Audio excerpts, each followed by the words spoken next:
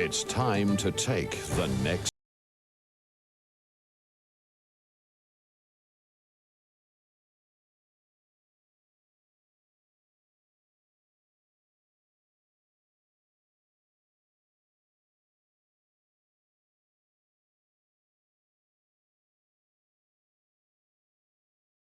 Welcome to the 1999 Coca-Cola AFL National Draft. Thank you, Craig Willis. Good afternoon, everyone, and welcome to Melbourne Park for this, the 14th AFL National Draft. It wasn't so long ago that some 1,850 players nominated for the draft. The news today is that up to 93 players will either begin their careers or a number of careers will be kick-started. All that lies ahead. There's been a lot of focus on numbers 1 through 10, but when it comes to the draft, you've got to look a lot deeper than that, and history tells us that. If you look back in time, there was a young man who was selected at number 79. He went on to win 3 best and fairest so far and 1 Brownlow medal. His name was James Hird. Go back even further, and the Western Bulldogs at number 105 picked up a player by the name of Chris Grant. So the depth is there, and that is certainly in evidence once again this year. Joining me today is the AFL's talent manager, Kevin Shearners. I welcome you, Kevin.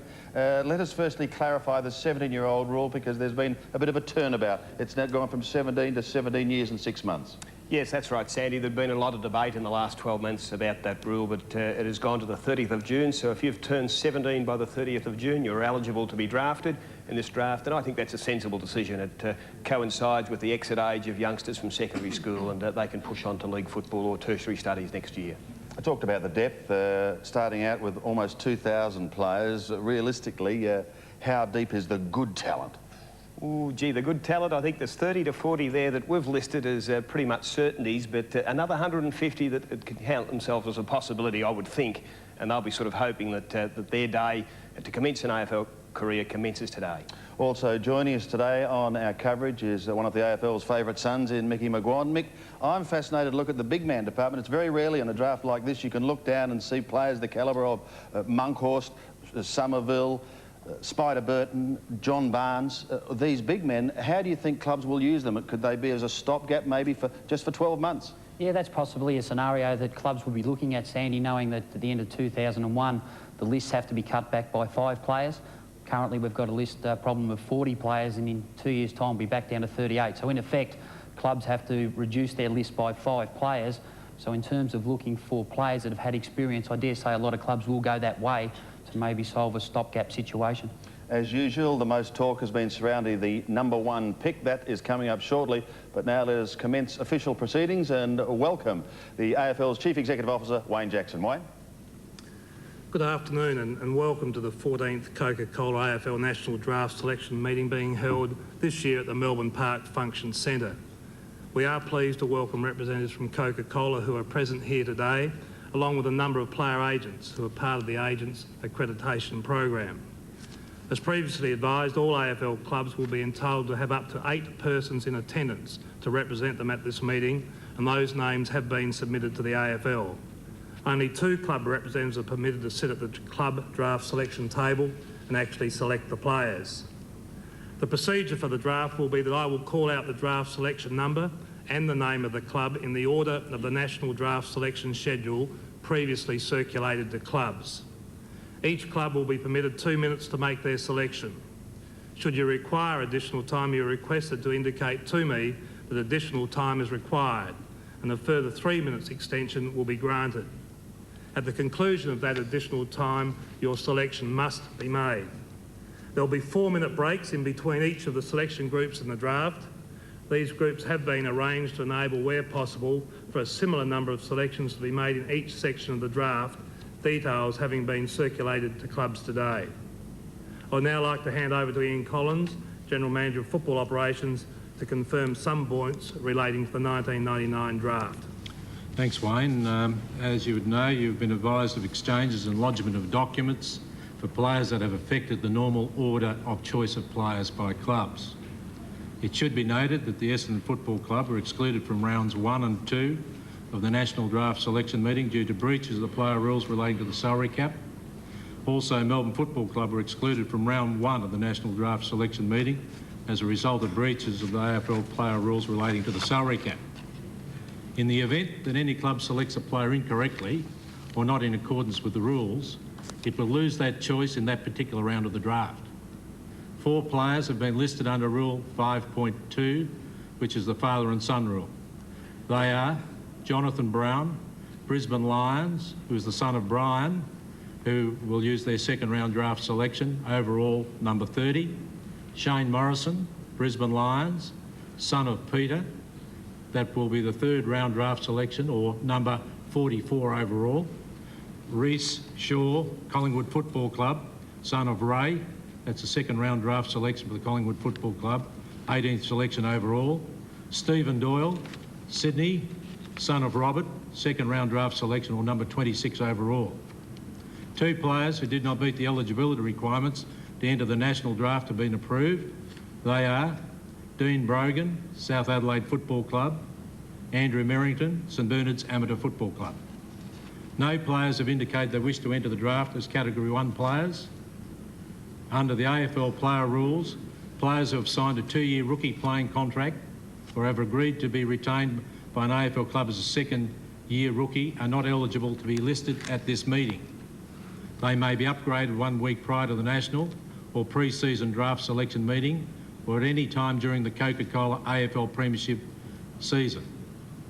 Are there any queries in relation to the rules of the draft? Thank you. Thank you, Colo. Well, we have stated that Collingwood and Fremantle are first cabs off the rank in this year's draft, but before we go any further, let's understand why. Priority picks. Collingwood and Fremantle have the first priority selections, as they failed to win a certain number of games throughout last season and finished 16th and 15th respectively on the ladder. Selection number 1, Collingwood. Player registration 4668, Joshua Fraser, Murray Bushrangers. Noel Judkins couldn't get that name out quick enough. Josh Fraser, the 202-centimetre ruckman, centre-half forward, full forward, who earlier this year captained the Australian underage side, the under-17 side against Ireland. He's got exceptional talent. He's just recovering from glandular fever. He had that in the second half of this year, but everyone's first choice, Josh Fraser, no surprises there. Selection number 2, Fremantle. Player 4212, Paul Hazelby, East Fremantle. Probably the best credentialed player in the draft overall, Sandy. Ran 7th in the Sandover medal, won his club best and fairest in WA, won the Lark medal at the National Under-18s, a ready-made centreman, a class act. So Paul Hazelby is at number 2. Josh Fraser, as we expected, number 1 and going to Collingwood. It's been a bit of a hectic time for Josh. He only has commenced his exams in the last few days, but tell us a little more about Hazelby, Kevin. Well, just a dominant player at the National Under-18 Championships up in Brisbane in mid-year, averaged 30-plus possessions, can win the ball in a contest, uses it smartly, whether it be on the right or left side. He's a footballer, comes from Northampton, up in the Geraldton area in the country zone of East Fremantle. And there he is. So here's our number 2 pick, but here's our number 1 pick in Josh Fraser. Relief. I spoke to you beforehand and knew probably what was going to happen, but thank heavens it's over. Yeah, it's good to get it out the way and focus on the studies now for the next week, and then look forward to getting down and doing some training. Actually, you talked about the studies, Josh. Didn't you have, what, an English exam on Friday? How'd you go? Yeah, not too bad. I was thinking about the draft. Wouldn't have been that hard to concentrate. No, I was more concentrating on the draft, but yeah, I got that out the way, so look forward to the next couple I've got. Let's look back in the last year or so. Glandular fever, just how much of a detrimental effect did it have on you and your game? Yeah, look, disappointing missing 7 weeks during the season leading up to the finals, but I mean, you just got accepted as part of footy and look forward. We've enjoyed the international series. You played in the international series, and we noticed in our game that it wasn't the big guys really that dominated, but you blitzed them. You obviously loved it. Yeah, I did. Well, I enjoyed it. We had great coaching staff with Kevin Sheehan and Kevin Morris, and it was a terrific program, meeting kids from different states. I think it's just all the teamwork, and it made it easy to play with great players. Your dad, Bill, has shut the farm gate today and has come down with you from Mansfield. Just how supportive has he been? Yeah, I wouldn't be here today if it wasn't for Dad, with all the travel that's involved with football, and I owe a lot to him. As a youngster, who did you barrack for? I barracked for Geelong, so now I've changed. Actually, I heard something that may suggest that's not quite right, because didn't you, as a youngster, write to every club saying that you barracked for that club, and could they send you whatever paraphernalia and autographs that they had? Yeah, I was trying to get some freebies there. So you've got the lot. I've got the lot. Freebies. Oh, you're catching on very quickly. Mickey Malthouse, have you had a chance to chat to him as yet? Well, I was lucky enough to meet him at the draft camp, and then just earlier today I had met him, so yeah, hopefully we'll catch up later on. Okay then, well look, congratulations Joss, it's the start of, hopefully, a wonderful career. We wish you well and good luck next year. Thanks very much. Josh Fraser joining us here as the #1 pick. Round 1 commences right after this break.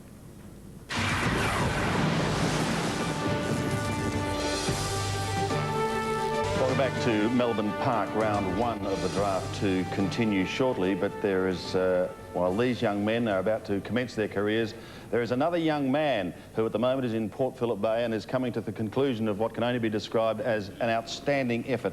This is Jesse Martin, who on December the 7th, back in 1998, began his quest to circumnavigate the world single-handedly, and he has all but done it. This is an outstanding achievement. He's encountered so much in that time, some 329 days he has been at sea, and I think he's coming home maybe firstly to a hamburger and a Coke.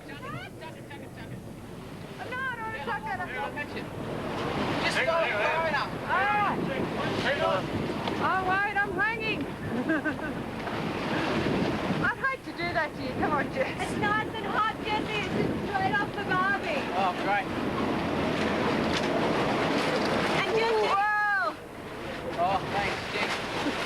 Enjoy. I will. Yes, I'm sure he will enjoy that. Jesse Martin, and we'll be hearing more from him a little bit later on in the program as his 329-day cruise, if we can call it that, comes to an end. A wonderful achievement. But now let's get back to round 1. And firstly, the explanation from Craig Willis. Round 1. Collingwood had 3rd selection in round 1. However, they traded that to Richmond in a deal which sees Clinton King go to Punt Road. Fremantle have the next 2 selections and then Brisbane. However, it was to have been Adelaide with selection 6, but the Lions took that spot for Matthew Clark, along with selection 21.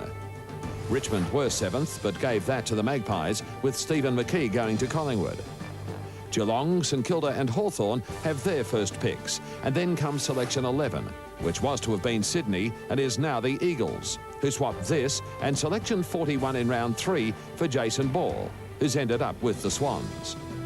Port Adelaide, the Bulldogs and then West Coast are next. Then comes the complicated deal, which saw disenchanted Cat skipper Lee Colbert end up with the Kangaroos. Brisbane gave up David Calthorpe and selection 15 to the Roos, who then on-traded that pick, along with Cameron Mooney to Geelong, who ended up with the 15th selection. Selection 16 was to have been the Blues. They traded that to the Dockers for Stephen O'Reilly. The Dockers then did a deal with the Eagles for Brendan Fuster. Selection 17 was the Kangaroos, but that also went to the Cats as part of the Colbert deal. Round 1, selection number 3, Richmond. Player 4088, Aaron Fiora, Port Adelaide Magpies. And Aaron Fiora, what a talent this young player is. Debuted for Port Adelaide in the month of July with the best on-ground performance. Classy wingman, left footer who plays inside, uses the ball very effectively with hand and feet. Selection number 4, Fremantle. Player 4391, Matthew Pavlich, Woodville West Torrens. Phil Smart calling the name of the most promising player in the South Australian National Football League, a centre half forward Matthew Pavlich. Very strong-bodied player, terrific hands and a lovely long kick for goal. Kicked 6 in one of the early games in the Sandful this year and 3 against the VFL in a representative senior game this year. An outstanding prospect. Fremantle having 3 of the first 5 picks. Selection number 5, Fremantle. Player 4739, Lee Brown, Gippsland Power. Lee Brown's a centre half-back who this year won the TAC Cup Coaches Award as the outstanding player in the under-18 competition over here in Victoria, a member of the AIS AFL Academy. He's 191 centimetres and got a strong body and very quick, capable of playing centre half-back or full-back. Selection number 6, Brisbane Lions. Player 4859, Damien Cupido, Eastern Rangers. Gee, this guy's a very, very interesting story, and it's a long way for Brisbane to come for 1 pick. Yeah, just an outstanding product. Very clean, good goal kicker inside the 50-metre area. No doubt he plays similar to what a Dean Rioli plays at Essendon. Doesn't miss his opportunities to kick goals. He's capable of turning a game on his own foot. But what a story from Cape Town, South Africa. Congratulations to Damien Cupido. Selection number 7, Collingwood.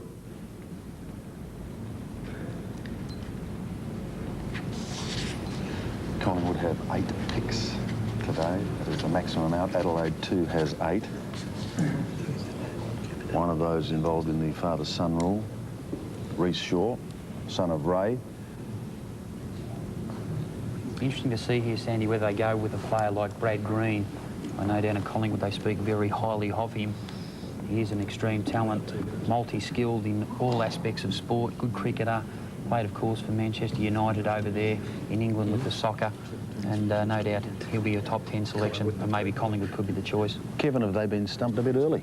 I think so. Darren Glass is still there, a key position player, centre-half back, full-back, that they might have anticipated wouldn't be. And if they're looking for key position, it may be Darren Glass from WA. And that's a logical choice, knowing that they have lost Schwabel, and let's face it, Collingwood have been deficient in the back half with height and strong players. Mel Michael's been asked to play a role in that part of the ground, probably shouldn't be asked to play that in the stages of his development, and maybe Glass could be the logical choice. Mick Malthouse on the right of your screen there, and gentlemen, what I've got to come to terms with, and I'm sure you do too, is that a number of moves that have been made on the tables this year. That's Darren Glass there on the screen, and Brad Green was the one just prior to him, Sandy, so both those guys are just waiting to see what might happen. Mick Malthouse with Neil Barn, Mark Kleiman I can see there, Noel Judkins. There's a lot of experience around that table. Yeah. And obviously taking so long, early doors, to make a decision. Brad Gotch, I think the decision has been made. No. Registration 4819, Danny Roach, Tasmanian Mariners. Okay, they've gone for a centre-half forward who can play at centre-half back in Danny Roach. Quick, athletic, terrific mark, another member of the AFL Academy, and a terrific young prospect from Tasmania. Selection number 8, Geelong. Player number 4952, Joel Corey from East Perth. Speaking of terrific young players, this young man certainly fits that category. We mentioned Australia playing Ireland at the youth level earlier. Well, this fella won the Barassi medal as the outstanding player in the series. All-Australian at the National Under-18s in Brisbane earlier in the year. Even going back, he won the Under-16 medal a couple of years back at National Under-16s. Had a terrific year with his club in Perth. Selection number 9, St Kilda. 4803, Caden Beetham, Oakley Chargers. Very powerful sentiment as Beetham from Xavier College. He's one of the quickest players that we had at the AFL Draft Camp, an All-Australian at the National Under-18s this year, and he's got a mature body. I think he's able to play straight away. A very good selection for the Saints. Selection number 10, Hawthorn. Player 4937, Luke McFarlane, Christchurch Grammar and East Fremantle. Well, in actual fact, Kevin, I actually stipulated this could be the wild card of the draft before the telecast went to air. He's a player that only played one game last year with the East Fremantle Colts, kicked 8 goals in that particular game. He wore number 13 that particular day, was impressive, gone to Christchurch College, wants to study medicine, is 6'3", an extreme talent. You can sense the discussion amongst the tables. And in fact, on that day, he wasn't Luke McFarlane, was he? I believe he was an alias, Clint Hopkins. Clint Hopkins, yes, that's right, that is correct, and there's no doubt that is the wild card of the draft at this particular stage. Selection number 11, West Coast Eagles.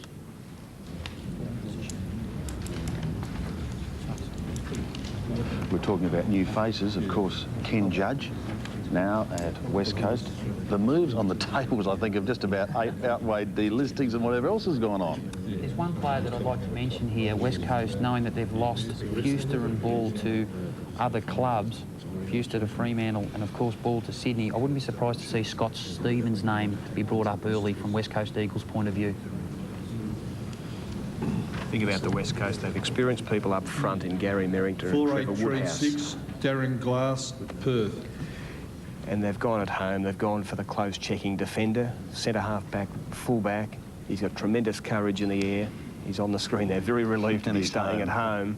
and it was an All-Australian at the National Championships this year. Wears the opponents like a glove. Selection number 12, Port Adelaide.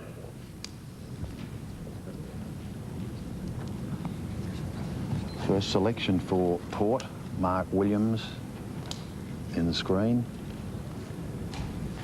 Brad Green, probably one of the top picks still yet to go. Registration number 4695, Paul Koularitis. And a terrific young player too. Had a standout game at the National Championships playing on the wing. A real dash, he's well balanced, he can kick goals. Made All-Australian up there, third in his club best and fairest at the Calder Cannons. Of Greek origin. Played with a round ball? Father was a soccer player. We've converted another one across, but a real talent. Paul Koularitis. He's just got that ideal combination. Selection number 13, Western Bulldogs. Registration number 4658, Robert Murphy, Gippsland Power. Scott Clayton calling the name of Robert Murphy, who was the quickest player at the draft camp over 5 and 10 metres, just highlighting the great pace we see him use out on the ground. He can play half-back, at half-forward. He's only lightly built at the moment, but a real talent, great awareness and vision. He's from Warragul.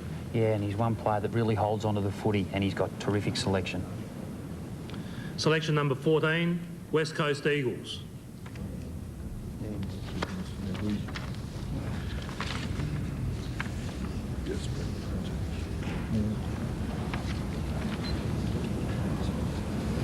You look through the West Coast Eagles, they've lost a lot of experience in Ball, Heady, Waterman, Fewston, Main, Waring. So no doubt they'll be trying to look for a player who can fill those tools or midfield type of players.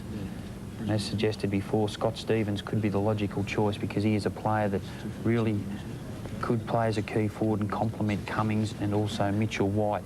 He's an excellent reader of the play, very safe mark, and he regularly kicks goals. They've been terrific at the draft in recent years, the West Coast. They regularly are able to exchange players that have probably had their time at West Coast for early draft choices. And again today, they've got half a dozen choices fairly early, and they replenish their list with the best young talent from right around Australia. You talk about early choices. Some do not have that. Carlton are here very early when you consider their first pick is number 60. Essendon, number 40, and they have just 4 picks. And the Kangaroos are waiting till selection number 53. Another player they might be just banding around in this discussion could be young Ben Cunningham. He's a Western Australian from Claremont, very talented rover. They might use him to complement the likes of Cousins and also Philip Reid in the midfield because they certainly need a hard in and at it type of player who can use the ball very well on the way through. Josh Fraser, number 1. Paul Hazelby, number 2 at the moment. Hazelby going to Fremantle, Fraser to Collingwood.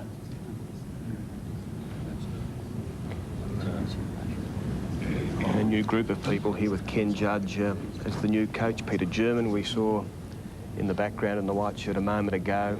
So it's a gathering of new people who need to work very, very quickly together with a maximum of 5 minutes to make up their mind on the selection. We have another 3 minutes, West Coast. Thank you. Another player too, Kevin, I thought might go in the top 20 is a young player called Scott Homewood. Very exciting talent, very quick over 5, 10 and 20 metres for his size. He's 192 centimetres. He's just got outstanding potential. He's got very good speed, of course, and he can play at both ends of the ground. And for that type of athlete who can play back or forward, I dare say that would also suit the West Coast Eagles structure. Just have a look at the people officiating for the West Coast. Gary Merrington, of course, who's their national recruiting manager. Trevor Woodhouse, Trevor Nisbet, Ken Judge, Rod Lester-Smith, Rob Wiley, and as you mentioned, Peter German, man who wore number 29 for the Kangaroos with such distinction, and Stephen Nash, who is their Melbourne manager, also present today. And at the start of the telecast scene, it was interesting to hear the name Andrew Merrington. That's Chuka's son, Gary Merrington's son there, who's the recruiting person for the West Coast Eagles. Are you He's surprised? 6'6".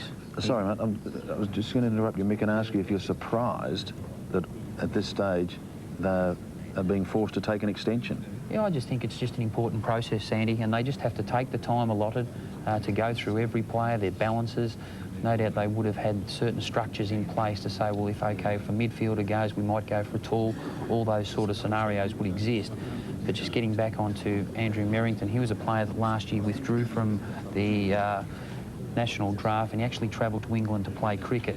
And there is some speculation about that he may be drafted late because of his height, 6'6", can play forward or back, and maybe a club like Carlton could actually pick him up.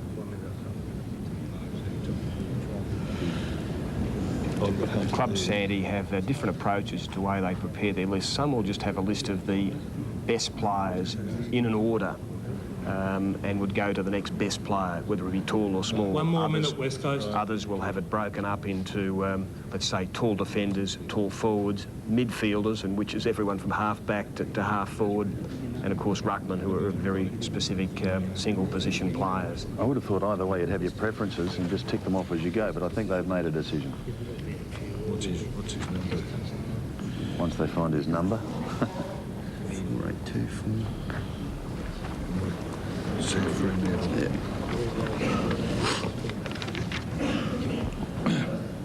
4824, Travis Gasper, South Fremantle. The brother of Damien and Darren Gasper. Lovely sized fellow. We saw him represent WA this year at the National Championships playing as a marking forward, spring-heeled, terrific courage up in the air. We thought he may well go in the top 20. He has enormous potential, athletic potential, and another Gasper joins AFL ranks. Selection number 15, Geelong. This is Geelong's second selection. And a critical draft for the club, having lost Lee Colbert. They have traded to end up with 7 choices in the top 47. They've got a real good hand today, basically, and they've got to be able to at least produce 5 or 6 very good league footballers out of the draft hand that they have today. Already they have Joel Corey. I dare say they'll be looking for the type of player to play in the midfield, knowing that the experience they've got at Geelong, like Gary Hocking and co, probably are running out of years, so I dare say they'll look for a midfielder. Player number 4990, David Spriggs from Paran Dragons. They've taken exactly that, Mickey. David's a rover or midfielder, played on the wing in the TAC Cup Grand Final. He's got great speed and great endurance, a terrific work ethic. I think he was described as a Shane Crawford look-alike, and he certainly is on the way he plays, because he can do it at both ends with the initial pace and the great endurance to run all day. Selection number 16, West Coast Eagles.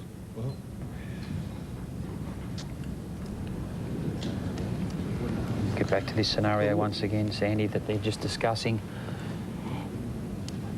Obviously the decision to make at pick number 14, Travis Gasper, was an important one. Any surprises yet, gentlemen? I mean, I look down and I see Brad Green hasn't been taken apart from that. Well, he'd be the one that I think would be the next on most clubs' lists. Yeah, I think there might be a couple of other ones there. Paul Wheatley, I think he's a very flexible youngster, can play back or forward. Kevin, he's a very good mark and he's a good competitor. Wouldn't be surprised to see him go in the top maybe 20 to 30 picks. As mentioned, Scott Stevens, I'm a rap for him as a young player. Scott Homewood's another one that could possibly be selected in the near future. Ben Cunningham, as mentioned, he could be another player that could come to mind, and also Chance Bateman. He attacks the footy pretty hard. He's got terrific ball control and awareness. He's very talented, very quick, and he's a goal kicker. We mentioned Fraser. We also mentioned Paul Hazelby. We were speaking with him shortly, but Richmond, who had third pick, picked up Aaron Fiora. Fremantle, Mark Pavlich, very exciting player from South Australia. Lee Brown is going to the Dockers. Damien Cupido is going to the Brisbane Lions. Danny Roach to Collingwood. Joel Corey to Geelong.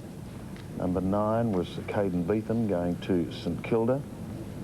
And Luke McFarlane, very interesting player, number 10. I wonder, gentlemen, at what stage would you expect to see maybe the first of the, can we call them, veteran class come to the fore? Yeah, I'd suggest probably mid-40s. Not until then? Yeah, I don't think so, Sandy. I think Damien Munker's one player that will probably get selected. Maybe North Melbourne could be that club. Three minutes, West Coast. And rightfully so, because I think Damien was probably harshly done by in the last couple of years at Collingwood in terms of match time. And he's a player that's got that real competitive urgency to do well next year if he does get selected. Also, another player that I wouldn't be surprised to get selected today would be Andrew Wills and Brett Albertson.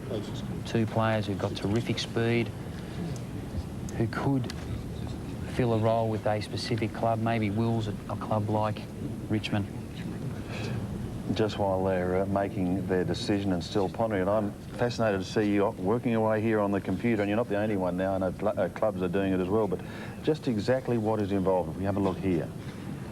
This is the information the clubs have all had access to just over the last couple of weeks, Sandy, which is the results of the draft camp. They're able to call up fairly instantly all the fitness results, the psychomotor results of all the players that have been involved in the draft camp. Just some examples of them, Kevin, what you're talking about, the player described, say, for example, of Rob Murphy. There's a category of the 5-metre sprint. He took 0.97 seconds. 4029, David Haynes, Geelong Falcons. David Haynes, yeah, very versatile. That's the key to him. He can play on a wing or at centre half forward or down back. He comes from North Warrnambool, down in the Hampden region, and has been playing with the Geelong Falcons in the last couple of years. So he's got terrific running ability and basically can play in any position at his size. Selection number 17, Geelong. Third pick for Geelong. Mark Thompson in his first year as coach. We see in the foreground Gary Davidson, the football manager, and Stephen Wells is the recruiting manager who will be calling their next selection. As we mentioned, a very critical draft for the Cats. Yeah, it is certainly an important one. They've probably been underachievers in the last couple of years in terms of their win-loss ratios, and no doubt they'll try to add some class to their playing list. Problems on and off the field for Geelong, so Mark Thompson has been given the reins. Can they turn it round? Player number 5088, Ezra Bray from the Calder Cannons in St Mary's in the Northern Territory. Yeah, well, he's a quality young player, ruck rover, centreman type of player, as suggested from St Mary's in Darwin. He's got terrific initial speed. He's brilliant speed and agility. Quick. Yeah, and he's kicking both sides of the body, Mick. He's as good as I've seen as a junior, just a brilliant kick right or left foot, and has been coming through the Territory Thunder program in the Northern Territory for the last couple of years. So Ezra Bray finds himself going to the Geelong Footy Club. We say good luck to him. Paul Hazelby was the number 2 pick behind Josh Fraser. Josh Fraser going to Collingwood. Paul is going to the Fremantle Dockers. Before we speak with him, I want to show you a piece of videotape that was recorded some time ago, because Paul was fairly adamant as to where he wanted to play his football. Wherever you why not the Eagles, Paul? Why not the Eagles? Too far to travel from where I live. Which of these Fremantle? Yes, interesting there. Paul, we welcome you now in our Perth studio. So, what, fairly handy to training, are you?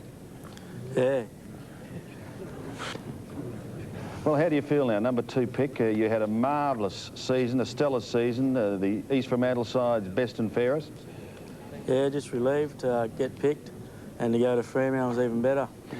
And you come from the bush, what, up near Geraldton, Wrenstead country, Mainwaring country. There's a bit of footy up there. Yeah, there's a few good players to come out of there. Andrew Lockyer, he came from Northampton.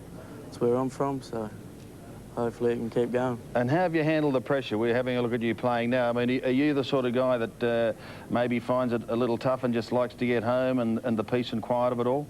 Yeah, I've been back home for the last four weeks, just to get away from it all, but yeah, it's all right. Growing up, who were your idols? Who did you model your game on, anyone? Probably Nathan Buckley from Collingwood. He was my favourite player. Well, we wish you well at the Fremantle Dockers, and look forward to hearing and seeing a lot of you in the future.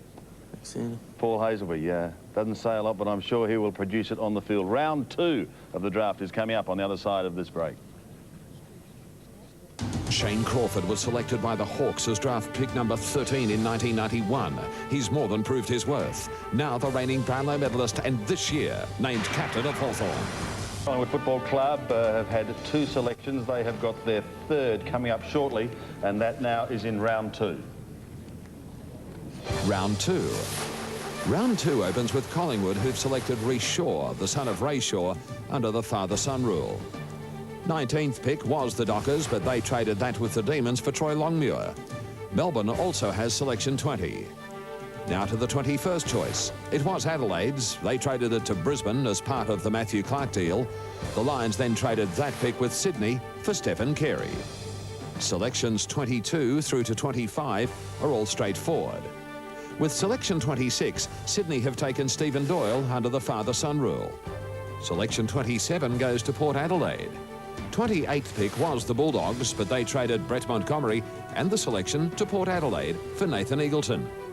West Coast have picked number 29, while selection 30 goes to Brisbane, who've taken Jonathan Brown, son of former Fitzroy player Brian. 31st pick was Carlton's. It is now Geelong's after a straight swap for Michael Mansfield. Round 32 was the Kangaroos and then became Brisbane's as part of the David Calthorpe deal. But finally it ended up with the Bulldogs after Brisbane traded it, along with Trent Bartlett, to the Dogs, who gave the Lions Michael Martin. Round 2, selection number 18, Collingwood. The Collingwood Football Club is proud to welcome player 4844 Rhys Shaw, son of Ray, to the senior list to continue the Shaw dynasty.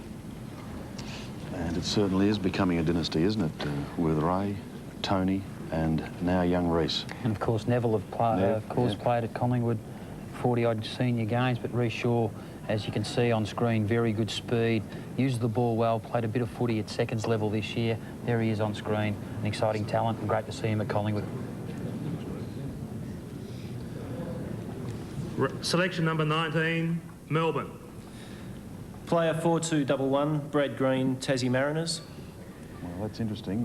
Melbourne having their first pick and selecting Brad Green, who really is just a very, very talented all-round sportsman. I think they'd be surprised to see him there at that choice. Won the Mariners Best and Fairest, the medal in the National Championships in 2nd Division, a left-footer with real class. When you say surprised, very pleasantly surprised. Very pleasant.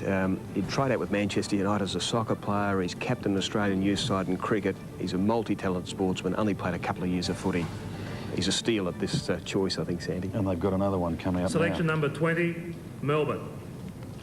Player 4145, Paul Wheatley, Preston Knights. Is that another player we've spoken about, Mick? He's that player we mentioned may go in the top 20, Sandy, knowing that he's a very flexible youngster, can play back or forward, very good mark for his size, and as suggested before, he does compete. All-Australian under-18 centre-half forward. Very good pick from Melbourne's point of view. Selection number 21, Sydney. Sydney have got just a couple of picks. The father-son will come into play, of course, with them. As far as Stephen Doyle is concerned, son of Robert, who spent some time over in South Australia with South Adelaide. Scott Stevens, Perth Football Club. There's your Scott Stevens. He's a young fella that kicked 5 goals in the Colts Grand Final in the West Star Rules this year after mid-year playing for the under-18s in the National Championships. He's grown 5 centimetres this year. Looks to be a lot more growth in him. So a potential key position player. Selection number 22, Richmond. Tigers having only their 2nd pick. Remember, they had 3rd selection and they picked up Aaron Fiora, Danny Frawley. We talk about the changing faces at the tables. And really, if there has been a clean out of a club at this level and in this area, it has been the Richmond Football Club. Danny joined there by Greg Hutchison, formerly at Melbourne. Darren Crocker, formerly at North Melbourne. Greg Beck is still up the front as their recruiting manager. David Whedon there as well. Greg Hutchison, we mentioned him. Yes. Yeah. I think looking through the Richmond playing list and having discussions with Danny Frawley, I think it's fair to say they probably need another key defender, trying to develop one as such to help out the likes of Darren Gasper and Scott Turner back in that part of the ground. I dare say they'd be looking for a tall player, about 190 odd centimetres in height, who plays in that position. Kevin? They are taking a while, I think, all of the clubs, Sandy. It's a very even first 40 or so players, and the clubs are debating it at great depth. think that this is probably taking a bit longer than it has in recent years to work out the early selections. Greg Beck on screen, who ultimately is charged with the responsibility. Darren Crocker in the white shirt now, contributing. And there's a player there that we haven't mentioned as such, Jason Blake. He can play in that part of the ground, defensively minded. He's very similar to a Trent Crowe. He reminds me of him 12 months ago.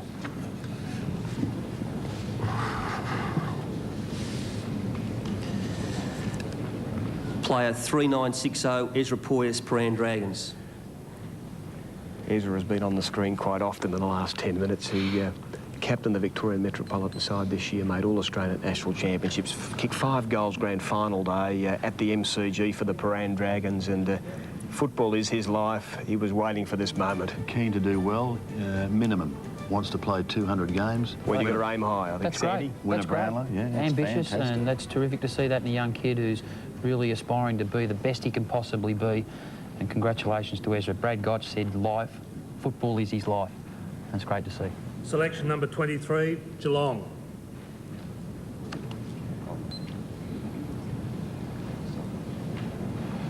And here's his situation once again with the Geelong hierarchy discussing what type of player best suit them.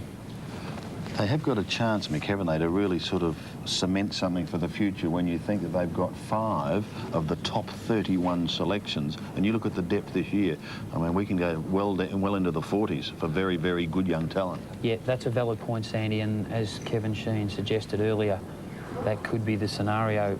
It's the reason why Geelong, and namely West Coast Eagles, who've had high priority picks or high picks in order of the early rounds, they'll take a lot of time in making these decisions because it's the future of the Geelong Football Club they'll be looking for.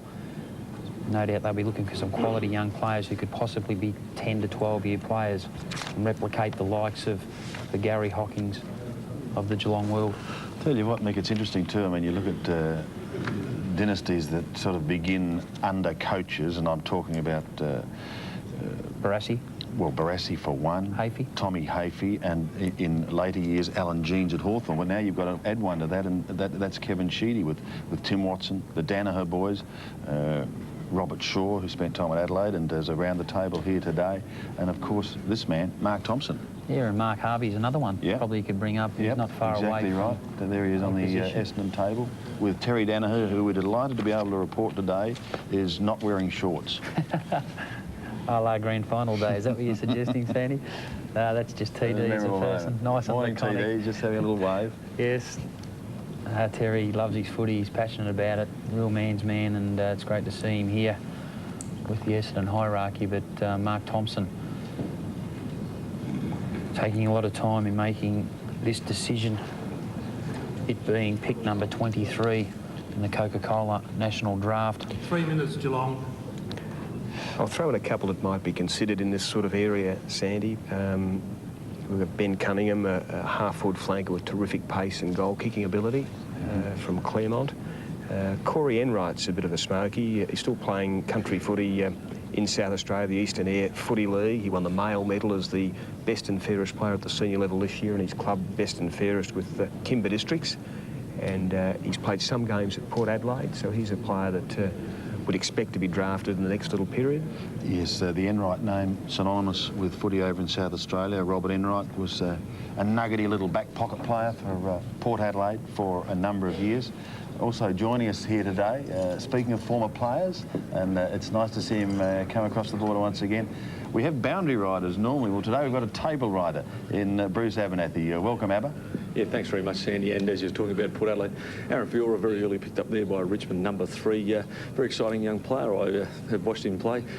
First game for the Port Adelaide Magpies, he played an outstanding game, was best on ground. He said disappointed later in the season when he missed out in the grand final, but a real talent. And I noticed that Danny Frawley very keen to get over and shake his hand during the commercial break when Aaron Fiora got picked up by the Richmond Football Club. Abba, the other one too, Mark Pavlich, the Pavlich name we know well in days gone by. Matthew, what sort of a player is he? Well, he matured very early on. He was a centre-half forward, which, of course, is a very hard position to play. He's a big young lad, of course, with a famous football family in South Australia. And a lot of raps have been on him, a lot of pressure on him. And he's very keen, of course, to get picked up very early on. But a big future for Matthew Pavlich. Daniel Foster from Port Adelaide Magpies. Speaking of Port Adelaide, there goes Daniel Foster. A key position player, centre-half back. Blonde-headed youngster from Country SA again, a member of the Football Academy, but at around the 193 centimetres, at 6'4" in the old language, and with pace. They're very, very hard to find. So he's got the potential, I think, to play key position in league football as he fills out the next couple of years. Selection number 24, St Kilda.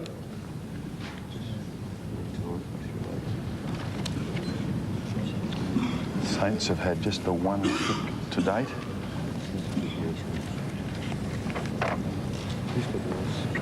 It was Caden Beetham, who turned out to be selection number 9. And a new face we see there, Mick, is Andy Collins, who's joined the coaching staff of Timmy Watson too. Had a couple of years' experience in coaching. There he is there on the right of screen. No doubt Tim Watson having his year with St Kilda as coach. John Beveridge would know what type of player he needs. And Brian Waldron, who formerly was at the Richmond Football Club, is now the new football operations manager at St Kilda.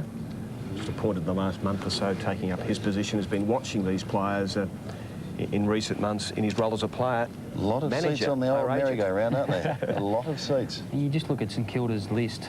They've made some inroads into what they think they're deficient in. They've gained Justin Plapp and also Chad Davis, but they've also lost a lot of those medium-sized small players. Jacob Anstey, Chris Gowans, Daniel Healy, Luke Beveridge, James Gowans. So in terms of losing that sort of midfield type of player, they've gone with a young Beethan, of course, who's a strong centreman. He's got terrific evasive ability, who uses the ball very well. He holds onto the footy, and that's the key. Very similar to what a Robert Harvey do, introduces run into their game. Player 4979, Jason Blake, Paran Dragons. You mentioned him a few moments ago, Mick. He had his year interrupted with injury in the last 6 or 8 weeks, but mid-year was an All-Australian at the National Championships, playing centre-half forward and centre-half back, and they're very, very hard to find. He's a terrific decision maker, a nice size. You liken him to a Trent Crode, but he looks a future league player from the Paran Dragons. Selection number 25, Hawthorn. The Hawks picked up Luke McFarlane as selection number 10, and they were very excited about that. Mick McGuan was very excited about that because Luke was the wild card, Mick. He certainly was, Sandy. As I spoke to you on Friday about, I thought he was the smoky of the draft. And if anyone can pick out a smoky, it's M. McGuan. Like tipping 100-to-1 winner, I think, that one. Yeah, Good get. We had to do our homework in that regard, but a terrific effort by Luke. And just talking about him, Sandy, he's 6'3". He has got high intentions of actually studying medicine, but there was a lot of rumour that Hawthorn were the club that was interested in him. As suggested before, he did kick 8 goals in a game for East Fremantle Colts, playing under that name of Clint Hopkins, alias. Speaking of smokies. Player 4196, Brett Johnson, Swan Districts. That's fantastic, I think, for Brett Johnson. Captain the WA under-18 side. He's a Scott West type, plays in the centre, a left footer, a very great leader in amongst young men. Uses the ball very, very smartly on the left side, and was one of the captains of the Australian side against Ireland back in 1998.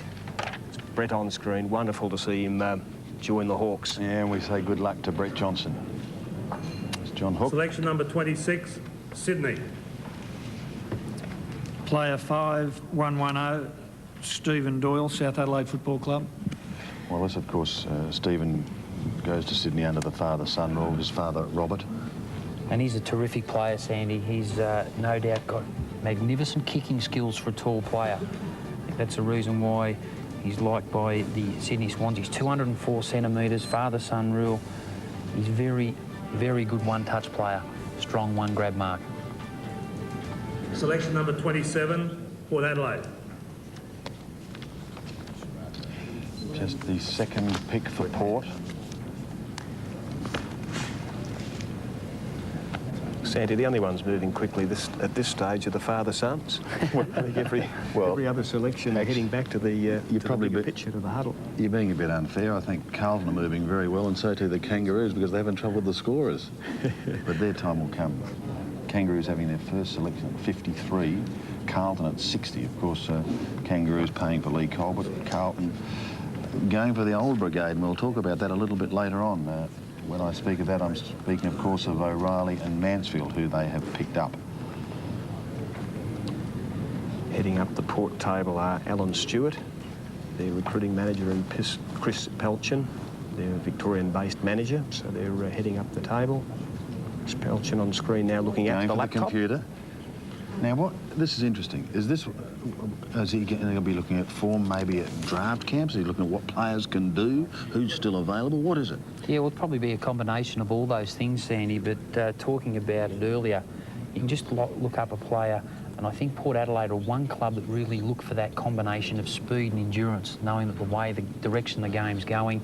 Choco loves to rotate his players through the midfield, and when you look at their losses throughout the year, they've lost players like Eagleton, Naish, Thurgett and Brewer, who can sort of play in that part of the ground. I think they'll try to go for that type of player. In their earlier selection in pick 12, of course, they went for Paul Koulariotis, who's an exciting player who fits that category. So I wouldn't be surprised they're looking up on the computer to see who's quick, and that's the reason why they do it. They look up the player, they look at the category, maybe the 5 metres, the 10 metres, the 20 metre sprints, the score they had, the average of the camp. That's what that type of system spits out. All the information is readily available. It's interesting too to look back maybe over the last year and see the players from the draft that have gone on to bigger and better things. Michael Collicker from Hawthorn played 22 games, an excellent year for him. Brett Burton, I think, is probably one of the stories of the season, the high flyer, played 21 games. And here's a young man, well, he's just had a magnificent season, hasn't he? 329 days he's been at sea and he's almost home. He will be making his way to the Sandringham Yacht Club, and I understand that there are thousands lining the shoreline, and there'll be many more thousands at Sandringham to welcome him home. Huge achievement. Enormous effort. I mean, he's been... I'd go absolutely crazy. Yes, we know that, Mick. We know your requirements out there. We won't go into them now. But by hell, Sandy, it's a magnificent effort. Being at sea by yourself in isolation like that, it just goes to show how mentally strong that young kid must be. He's had encounters with whales. He's had the boat knocked down. On one particular day, the boat was knocked down 5 times. Now, here is Port looking at the list of players that are available. Now, whether they are still available, or they're perhaps just looking at the entire list. But just getting back to Jesse, we'll be crossing back a little bit later on to see him come in and welcome him home. Oh, it's too tough for Mark. He wants a breather. So Nick was talking about the additional information from things like draft camp. They'll have a clear impression about the football ability of their player. They'll have that locked away, but they're looking at that last 10 to 15%. So when there's nothing much between them and ability, how much scope have they got for improvement? Are they super quick or just quick? Have they got brilliant endurance or just reasonable endurance? So it's just that fine-tuning of the information that... Are they 190-odd centimetres, yet they're only sort of 78 body frame? Knowing that you can do a lot of weights, make them stronger, make them a key position type. That's the sort of stuff they're looking for. Registration number 4727, Kane Ackland, Port Magpies. And they've gone for a guy from home, from Port Lincoln, played in the under-19s and reserves at the Port Magpies this year. A very big, strong young man with a great grin on his face. And he'd certainly have even a bigger one today, having been picked by Port Adelaide. Well, Port, I mean, if you look back in time, have probably produced Port Adelaide, well, Port and Norwood, 2 sides in South Australia, have produced so many fine young players. Selection number 28, Port Adelaide. Just further on Ackland there, Sandy can play centre half-back or in the ruck, and he's one of the very few youngsters that we've seen in the last couple of years of his size. You can take a very good pack mark. And talking about his size, his pace is super impressive for his size. Now, while Port are locked in a huddle, all 8 of them, it's a different story over there at Brisbane. They've got pick number 30, actually, coming up. That is in the father-son rule with Jonathan Brown, so there's really no requirement for those at the back table to even be there. They've come for just the one pick. They have done that. That was selection number 6, and it went to Damien Cupido, who we're going to be speaking with very soon. I know that he's wrapped to be heading up to Brisbane under Lee Matthews, who I'm sure would have been disappointed with the finish to the season, Mick. Yeah, probably lost 3 key players in the context of what they knew they had to do, that being ball winners. Simon Black, who had an outstanding year. Yeah. Michael Voss, of course, struck down with injury. And, of course, the suspension to Chris Scott. 3 players that really hard at the contest, and in finals footy, when the game intensifies to a new level, that's the type of player you need to stand up and count, and those 3 players were basically out of the contention merely because of suspension or injury. Now, can I just throw a couple of things at you both? If the teams are taking this much time already, I mean, further down the track, are we looking at a lot that are just going to pass, or are we looking perhaps having the evening meal here? Might have to adjust the 6 o'clock news at the moment, but Alan Stewart's now about to make a selection. Registration number 4800, Brent Gira, Bendigo Pioneers. Yeah, well, good decision, I think, from Port Adelaide's point of view. He's a smart midfielder, Kevin, as you'd know. He's a left footer. He pushes forward who actually can kick goals, and I think they're worth their weight in goal. If midfielders can push forward and add to the tally of responsibility of being a goal kicker for their club, it just takes a lot of pressure off their forward structure, and Brent Gira is one player that can do that. Selection number 29, West Coast Eagles.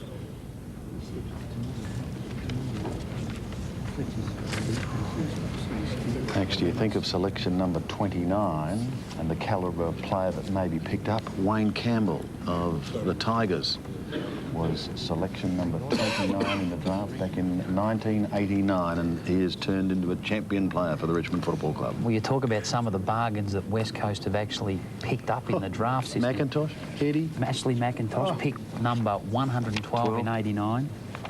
Brett Heady the same year, 92. They're 2 players that really readily come to mind, so they obviously do their homework in making these decisions. It just goes to show players selected way down in the drafts, and you have a look at the 1998 National Draft, 10 immediately that are progressing come to mind. Brett Burton, Andrew Shipp, Mark Dragosevic, Chris Barlow of Hawthorn, Shannon Motlop. What a story that is. Only played 7 games in a premiership, drafted number 85. David Gallagher, Brady Rawlings, Lenny Hayes, a terrific talent from St Kilda, drafted at number 11. Craig Jackatine, who had a wealth of experience last year, playing 14 games, drafted at 41. And of course, the name you mentioned earlier in the program, Sandy, Michael Collicker, played all 22 games, drafted at number 20, Norwich Rising Star nominee from East Fremantle. Actually, you talk about the West Coast as they continue to ponder. Michael Braun was picked up at number 53. Another one. In 1996, very, very good player. Jared Schofield, 49 back in 1992, and he's been very, very serviceable. So, as we said at the start of the program, it's just not 1 to 10. You're looking at the top, in this case, well, maybe today, up to 93. And as you mentioned, Kevin, there's depth probably up to 180, 190. Yeah, Phil Reed's another good one from West Coast Eagles in the 60s a couple of years ago, and immediately stepped out and played straight away the following year. Been a regular player. Take an extra 3 minutes again, and I think, Sandy, for each of their 3 or 4 selections has gone to additional time. They've used up 20 minutes, the West Coast Eagles, but Tony Evans is another one. Look, they have a great record. That's the thing about them. Their record has been sensational in producing. Chad Morrison, another player from over this way. Fraser Gerrick, taken at about 16 a few years back. Well, while they are continuing to ponder, they may have an answer here. In fact, they do. So we're going to have a chat with Lee Matthews. We'll do that in just a moment. But I think they've come to a decision here. 4053, Adam Hunter, Swan District. Staying at home. And another member of that winning WA under-18 side that can play both forward and back. Had an ankle injury early in the championships and was able to back up late in the week and put in terrific effort back and forward. former Academy scholarship holder, a very promising player, a terrific mark. Selection 30, Brisbane Lions. Player 4659, Jonathan Brown, Geelong Falcons. Well, it's a father-son, Sandy. That's why it went so quickly, but they've really got a bonus in Jonathan Brown. He would have been a top 5 choice, this fellow. A centre-half forward that can take a contested mark, and at 6'4" or 194 centimetres, he's the right size, very aggressive, he's an attack on the footy. I think they're very happy that Brian Brown played 51 games for the Lions back a few years ago. They've picked up a beauty here in Jonathan. Selection 31, Geelong. Player 4733, Paul Chapman from the Calder Cannons. It's a ruck rover or centre line player from the Cannons. I know Robert Hyde rates very, very highly. Very skillful, dynamic player, runs quickly, terrific spring for a guy of his inches, and capable of playing in many positions. A Victorian Metropolitan Under-18 representative this year. Selection 32, Western Bulldogs. Registration 4762, Danny Giansiracusa, Western Jets. Yeah, well, Daniel is a terrific player. He's got magnificent poise, very skillful wingman with good speed. His endurance is also very good and was tested well at the draft camp. Will suit the style of play that Terry Wallace tries to implement with the Western Bulldogs. We were mentioning that we're standing by to speak with Lee Matthews, and we're doing that in just a moment. Lee has made his way down here, but really not to do a great deal of work. I'm quite sure he'd be very happy with the young man that he's picked up. He's with me now, Damien Cupido, heading to Brisbane, Damien.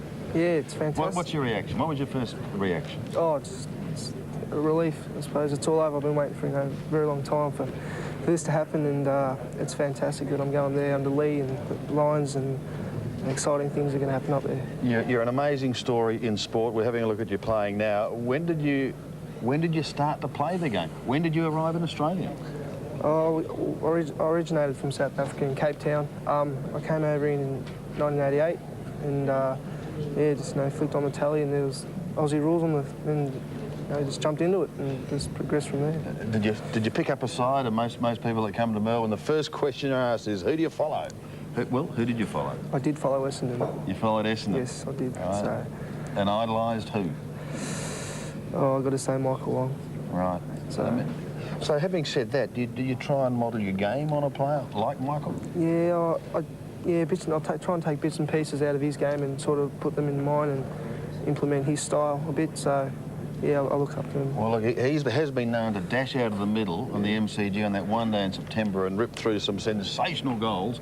We look forward to calling you when you actually do that. But maybe we might get an opportunity to talk about the draft camp. And Kevin, you can perhaps be in this discussion as well, just what is involved. Yes, well, Damien was one of the star performers in what's known as the anaerobic recovery and ability to play in the midfield. Did you prepare for the draft camp in a special way, Damien? Your performance was very, very good. Yeah, I did training with Easton, the draft camp boys, and we just did, on Mondays, Wednesdays and Fridays, did running sessions that sort of helped us up leading up to the draft camp in those particular tests. So. Now, you're a very, very talented cricketer as well. There's obviously a decision being made. You're giving the Willow away? Yeah, I am, yeah. So it's pretty clear that I'm going to focus on football. So, yeah, I enjoy cricket, but, sadly it's come to an end now. So. The graphic you're seeing now is the anaerobic recovery. It's the things that probably people had a view that Damien wouldn't be too good at. They could see him as a powerful leading forward, but to show that he could actually play the midfield and had great endurance, or endurance base like that, I think pushed him right up in the order of selections. And if the Brisbane hadn't have picked him up when they did, I think Geelong was waiting there stalking to take him at about number 8. So wonderful to see you join AFL footy, Damien. So, Damien, we say good luck to you. Your parents, I guess, will go up with you initially, help you settle in? Yep, no, that's the plan, just to go up there and help me out a bit. So, it's exciting times. Good luck. We look forward to seeing you in action next year. Thanks a lot. Damien Cupido going to the Brisbane Lions next year. Jesse Martin, however, is about to land. And have a look at this. Is a history-making moment for this young man as he comes in now to Sandringham Pier to be greeted by thousands of fans who've been lining the peninsula and the pier. 329 days solo finally come to an end. it's just an outstanding achievement, and it must say something, Kevin and Mick, about the character of the boy. He is a boy. Well, I'm sure after the last 329 days, he's now a man. Well, there's no doubt about that, Sandy, and you mentioned that word character. Just to be by yourself under adverse situations, let's face it, being at sea, everything's not going to be an easy road, has to contend with atrocious conditions, huge waves, things that you stipulated before, but at that age to have the strength of mind to continue on a journey by yourself is just an amazing effort by a quality young man. His vessel is named Lionheart, and I think that's very apt because he has shown the heart of a lion. One of his highlights was watching whales play alongside his vessel as he was cruising through the waters. They weren't always still waters or steady waters. He had to encounter a number of storms, but it has been an outstanding achievement. We will hear a lot more of Jesse Martin. I wonder what Lee Matthews thinks of the pick that he has. I'm sure he'll be very happy. I'm sure he's got the man he wants. Here he is with ABBA. Thanks very much, Sandy. Damien Cupido, we just heard from him then. You must be very happy. Oh, yes. Well, we had an early pick, number 6, so you want to get a special young talent, and we think Damien is that. So we look forward to him developing with the Lions. Yeah, pretty easy day for the Brisbane Lions. That's the only pick with 2 father and sons. But Jonathan Brown, you're also very happy with him. He would have gone much higher than that. Yeah, probably, and young Shane Morrison as well. We have a couple of father and sons, I think. I think in Jonathan's case, number 30, it would appear that he may have gone in the first top 10. So that's a good bonus selection for us. And they both trained with us last summer, so we already know that they can play a bit. So yeah, 3 good young players coming into the club. All right, just quickly, the Brisbane Lions last year had number 1 pick, Des Headland. How much pressure is on the number 1 pick? I mean, Josh Fraser, it's a big day for him. Yeah, the number 1 pick particularly, because he's always going to be the number 1 pick. Number 2 tends to not get mentioned all that much, and regardless of where they are in the draft, it's like starting secondary school. These kids are going from primary school to secondary school. They're going to year 7, and they're going in with the big boys, really. And I think sometimes what they've got to do, really, is just appreciate where they are in the scheme of the AFL, and I guess not get too ambitious too quickly, because that can lead to frustration. Well, they got you as a coach, got a tough teacher at school. Good luck this year. Thanks, Abba. Yeah, and if he idolised a guy like Michael Long, if he can produce a tenth of what Michael Long can do, he's going to be a fine player. We're going to take a break. Round 3 coming up shortly from Melbourne Park. Adam Goods was selected at number 47 2 years ago. He was a late bloomer with the Swans. 1999 is a year he won't forget as the winner of the Norwich Union Rising Star Award. Back, we're at Melbourne Park, but we're also keeping a very close eye on proceedings at the Sandringham Pier, and what a magnificent sight that is, with thousands of fans, you can call them, welcoming home Jesse Martin after his 329-day epic. Great sight, and once again, we say well done. We turn our attention now to round 3. It does contain selection number 34, and we turn back the clock back to 1986. In that particular year, Collingwood picked up Dow defender, hardly Dow at times. His name was Craig Kelly. They've got selection number 34 again this year, no doubt hoping for something similar. Round 3. Round 3 opens with selection 33, and the Hawks have this one. It was originally Collingwood's, but they traded it to Essendon for Andrew Jukovic. The Bombers traded the pick to the Hawks for Jonathan Robran. The deal also includes selections in round 4. Selection 34 was the Dockers. They traded it to Sydney for Troy Cook. The Swans then did a deal involving Mark Kinnear with Collingwood for Andrew Shawball. 35th pick was the Demons. They swapped with the Bulldogs for Stephen Powell. Adelaide have the number 36 selection, and the Tigers were to have been next, but they swapped with the Bulldogs for Leon Cameron. Selection 38 is the Cats, then 39th pick ends up with the Tigers after they swapped with the Saints for Justin Platt. Selection 40 was the Hawks, but ends up with the Bombers as part of the earlier deal with Jonathan Robran. It's the Bombers' first bite of the cherry. 41st pick was the Swans, but ended up with the Eagles as part of the Jason Ball deal done earlier. 42nd pick was with Port, but they traded it to Melbourne for Matthew Bishop. The Bulldogs are next, then Brisbane, who've taken Peter Morrison's son Shane, again under the father-son rule. 45th selection is Essendon's. Pick 46 goes to Fremantle as part of the Stephen O'Reilly trade. Selection 47 wraps up round 3. It's the Cats pick over the Roos as part of the Lee Colbert deal. Round 3, selection number 33, Hawthorn. Player number 5034, Tim Clark with an E, Geelong College, Geelong Falcons. Now that is the son of David Clark. There's two Tim Clarks at Geelong, one without a knee, one with a knee. That distinctly is the brother of David playing with the Cats. And outstanding athlete. Yes, outstanding athlete, a 1500-metre champion. Hasn't played a lot of footy, just a couple of games with the Geelong Falcons this year. And watch out for his sister, another fine Georgie. athlete. Selection 34, Collingwood.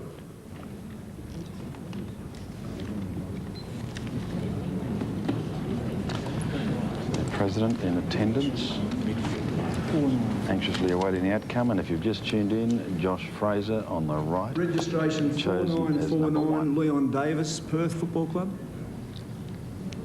Going for pace there, Leon Davis is an Aboriginal youngster with brilliant speed. In fact, tagged Rhys Shaw in the final game of the under-18, so they'll become teammates at Collingwood. Did an excellent job as well, but dynamic across midfield and went up forward, and a sharp goal kicker as well. Selection 35, Western Bulldogs. Registration 3994, Patrick Wiggins, Tassie Mariners. Strong as a bull, this young man, but unfortunately was ill at the draft camp, sick with tonsillitis, but that determined to prove to clubs that he was well prepared for it. He went home a week later and went through all of the tests on his own under the supervision of the Institute of Sport in Tassie, and was desperate that his results be circulated to all the league clubs. Great to see him get a chance. Centre-half back, ruckman, centre-half forward, big powerful fella. Selection 36, Adelaide.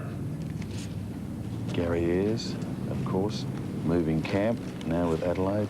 Johnny Reid there in front, James Fantasia. Player 3622, Rhett Biglands, Woodville, West Torrens. Yeah, logical choice. Big ruckman, physically developed. He was previously listed to Port Adelaide, and great to see Big Rhett get another opportunity at AFL level. He will complement Matthew Clark, so they've obviously gained two ruckmen, and of course they've got the champion Sean Wren coming back from injury. And who can blame them for going for big men? The problems they've had with knees over the past few years, let's hope all that is behind them. Selection 37, Western Bulldogs.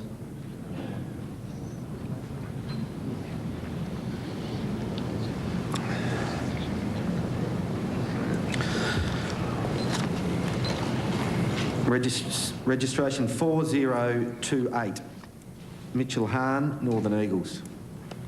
The first of the Queenslanders to be chosen. He's a very strongly built ruck rover, great in a contest, showed outstanding form, winning All-Australian honours in July in his home state up in Brisbane, playing in those national under-18 championships. Selection 38, Geelong. Well, Geelong maybe taking their time a little with Mark Thompson. They've already made a number of picks. The Cats, they had selection number 8, they had selection number 15, and selection number 15 was David Spriggs, who's with me now as a young man, a Collingwood supporter, David. Yeah, I was a Collingwood supporter when I was younger, but sort of with footy, I haven't really thought about it too much, but I'm not worried where I go, so... And don't things work quickly? They've had the tops in the back of the car, and suddenly you're a Geelong player, get that on you, and what was your reaction? I was pretty relieved, I guess. Staying in Melbourne, you always want to be around your home sort of area. I guess it's still around the other side of the bay for me, but it's still a good place to go rather than going interstate. It's pretty easy for the parents. We've looked into what has transpired at the draft camp from, I guess, an official's point of view. Tell us about it from a player's point of view. How demanding is it? Well, I guess it is pretty demanding, but yeah, it's pretty hard. It's sort of, when you're sort of growing up, it's you can always get involved pretty much with everyone. And did you feel under the pump? Did you feel under pressure? At the camp? Yeah. It wasn't too bad. We got there, the draft camp, I was the second group there, and it was pretty nerve-wracking, but you got into it after a while. With you got pretty used to all the coaches and the scouts looking at you, so it was all right. Mick? Yeah, Spriggsy, congratulations first of all, but obviously one of your strengths is your speed and your combination of endurance. You had a 15.6 beeper test, was just an outstanding effort. Do you have to work on that? No, it's more of a natural sort of ability that I've got. I used to do a lot of athletics when I was younger, and it sort of just helped me all the way through football. I think so. It's just been a really good asset to have through my career. And have you been described as the Shane Crawford lookalike? I believe I have been 3 minutes, July. described by Kevin here, but I don't know how close that is. And David, look, 2 great thrills in the 1 year. Today, obviously, to get picked up an AFL club, but to win a grand final on the MCG, how special was that playing for the Dragons? It was fantastic, actually. It was just really good. We had a bit of a disappointment early in the year in the National Championships where we lost to WA, but it was really good to make it up in the grand final and really be able to actually perform well on the day and make an impression here for today, I guess. And quite a few of your teammates already drafted, going in different directions. Yeah, it's been fantastic. The guys going around last year, I think we had our first pick at about 36. David Gelly went to Adelaide, and this year we've had 3 under 25, so it's been really good. Do you have many people knocking on your door or chatting to you prior to today? Clubs that have shown interest? We get a chance to speak to most of the recruiters up at the draft camp, and it hasn't been too bad. I spoke to Geelong. My parents spoke to Geelong previously during the week, but it hasn't been. You've spoken to Bomber? I've spoken to Bomber already today, yep. So, yeah, I got a chance to talk out the back before. And we get a chance to talk up at the draft camp as well. So, David, you deferred uni this year to concentrate on your footy. That investment now has been pretty well worthwhile. Yeah, I deferred halfway through this year to really concentrate on football and really be able to sort of get the training on time and really work on the things that I really need to work on. So does that mean you'll become a full-time footballer? And when you say defer, is it only maybe for a year while you establish yourself, or longer? Is it the entire career? At this stage, I'll most likely go back to uni next year as a part-time student, really, so I can have something to fall back on, depending on what happens with football. And if Mark pops you into that senior lineup, if you had an ideal position to play, when we saw those teams come out on a Thursday night, where would we like to see D. Spriggs placed? Probably on the bench to start with, I'd say. But, probably, I guess, up on the... Do you have a favourite position? No, I guess everyone, if you're a running, aerobic capacity sort of player, you got to want to play on the ball, on the wing, something like that. And training starts when, David, if you found out from Bomber? I haven't spoken about that yet. I think it'll be this week anyway. I think it will be too. Enjoy the moment. I will, thanks, David. I mean, just on that, Shifter, in that time that you've had off, have you looked after yourself? What have you done? Have you been away? I've really it was pretty hectic leading up to the draft camp after... Player number 3876, Cameron Ling from the Geelong Falcons. Well, that is fantastic. Geelong have taken a young full forward that's been a few years in the making, actually, an outstanding left footer, terrific hands out in front, strongly built, inside 40. You'd back him every single time, this young fella, and he is from Geelong, from the Geelong Falcons, so he's not going too far at all, just down to Shell Stadium. And if you look at full forwards at Geelong in the past, he's got a bit to live up to, but we wish him well. Fantastic. Selection 39, David Spriggs is still with us, but we might hear this selection from Richmond if they've made up their mind, which I don't think they have. Danny Frawley and this new look band is with him at the moment. David, yes, we were just talking about the time sort of between the grand final and now and what's it involved, obviously the camp. Well, I've really taken the last, say, 3 weeks off and really had a time to recover after the draft camp, which was pretty hectic couple of days, and just really sort of just been focusing on the draft and trying to stay focused and relaxed and sort of thing. Well, as we said, training starts soon. 4786, Scott Homewood, Eastern Rangers. David Spriggs, who's joining the Geelong Footy Club. Scott Homewood is joining Richmond. Yeah, an outstanding potential, 192 centimetres. Just appears to me to have very good speed. As mentioned earlier, Sandy, he's very quick over the 5, 10, 20 metre range. And I got no doubt he's got unlimited potential. Will be a good find for the Richmond Football Club. Scott was selection number 39. We're going to take a break and we'll be back with selection number 40 as round 3 continues shortly.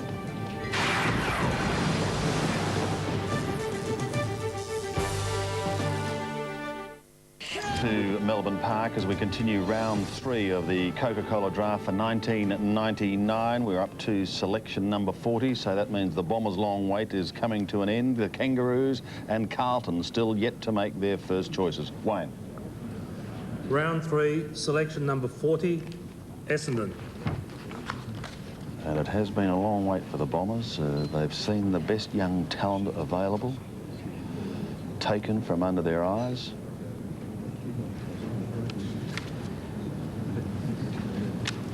And perhaps we should explain why they've had to wait so long, Kevin. Yes, with the salary cap breaches announced in the last couple of months, they've lost their first couple of selections in this draft. And now I've got to look a lot deeper and try and pick up their 3 or 4 choices today. Well, they can do so with some degree of confidence when you think that a player like Michael O'Loughlin was drafted at number 40 in 1994. So if they get a player like O'Loughlin, they'll be very happy. There's been media speculation about Peter Somerville being redrafted. John Barnes is there. Will they go for a taller player again? Is it too early for that, Mick? Yeah, I think it is too early, Kev. I think they'll obviously go for the best youngest player still available. And let's face it, at pick 40, there is still a terrific array of talent left. Well, if they're not looking for a ruckman, Mick, at Essendon, what would they be looking for? Yeah, well, that's an interesting point. I suppose they've lost a lot of medium-sized player. They've lost Somerville and Banks, who are too talls. They lost Ben Doolan and Jukovic. 5'9", David Hill, Dandenong Stingrays. And he's the ruckman. They got for the ruckman. David Hill was in the first ruck for the Victoria Metro side this year in the National Championships. Dandenong Stingrays leading ruckman, third in their best and fairest. Comes from a volleyball background, but at 199 centimetres, he's a, well, Ian Collins described him as a Mike Fitzpatrick lookalike when he saw him at the National Championships. Big rap. Selection 41, West Coast Eagles.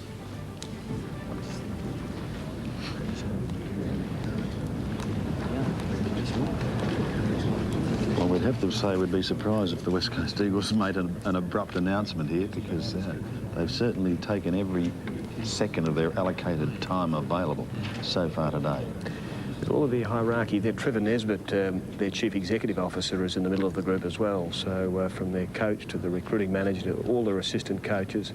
In fact, the recruiters are on both the eastern and western seaboards of the country, going into great depth. It's Trevor Nesbitt on screen. And again, you can gauge an idea of the depth at draft camps when you think that Che Cockatoo Collins was selection number 42 back in 92, and Martin Pike for the Kangaroos back in 96, and of course he's gone on to be a very serviceable player for the Kangaroos. And there's already a trend that's evolved with the West Coast Eagles, Sandy. They've basically picked that tall type defender forward, 185, 188, 194 type type of player. They've obviously selected Darren Glass at selection number 11. Then they picked at 14 Travis Gasper, who can play down back. Go to pick 16, they picked up David Haynes, who's that versatile type of player who can play at both ends of the ground. And also they've picked up Adam Hunter, as you spoke about, Kevin. So that's obviously the type of player they're after. Yeah, Mick, they've picked 3 from home. They're 3 Western Australians, and they're 3 of 9 from WA that have already been chosen. And we mentioned earlier about the fact that having won national championships, the old Teal Cup as it was known, it gives a lot of the players from that particular side a chance to be picked up in this draft. I think already half a dozen of those have been selected. And out of other Western Australians that are available, you think that may go in the next 10 or 15 selections, you're probably looking at players like Richard Kelly, even late maybe Clayton Lassick. As we look up at the screen, there's West Coast selections at this stage. As discussed earlier, Ben Cunningham's another hard-running on-baller who accumulates a lot of the footy. I think they've come to a decision.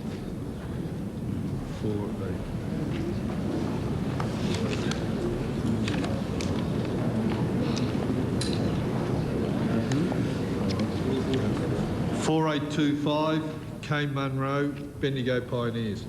We've gone now for a running player, Mick. Munro is a wingman, back flanker, back pocket. Comes from Walpy up in the Mallee. Shifted down to the Bendigo Pioneers. A member of the AIS AFL Academy under Kevin Morris in the last 12 months. Beautifully balanced player. Selection 42, Melbourne. Player 4780, Michael Clark, Eastern Rangers. Yeah, well, Michael Clark, his father Dennis actually played at Melbourne, and he's a player that actually plays in a ponytail, so he's very distinctive at times. He's a Year 12 student at Box Hill, of course. He's an exciting young player who can kick a goal. And he'll be joining, amongst others, Brad Green and Paul Wheatley, who have been picked up by Melbourne. 43, Western Bulldogs.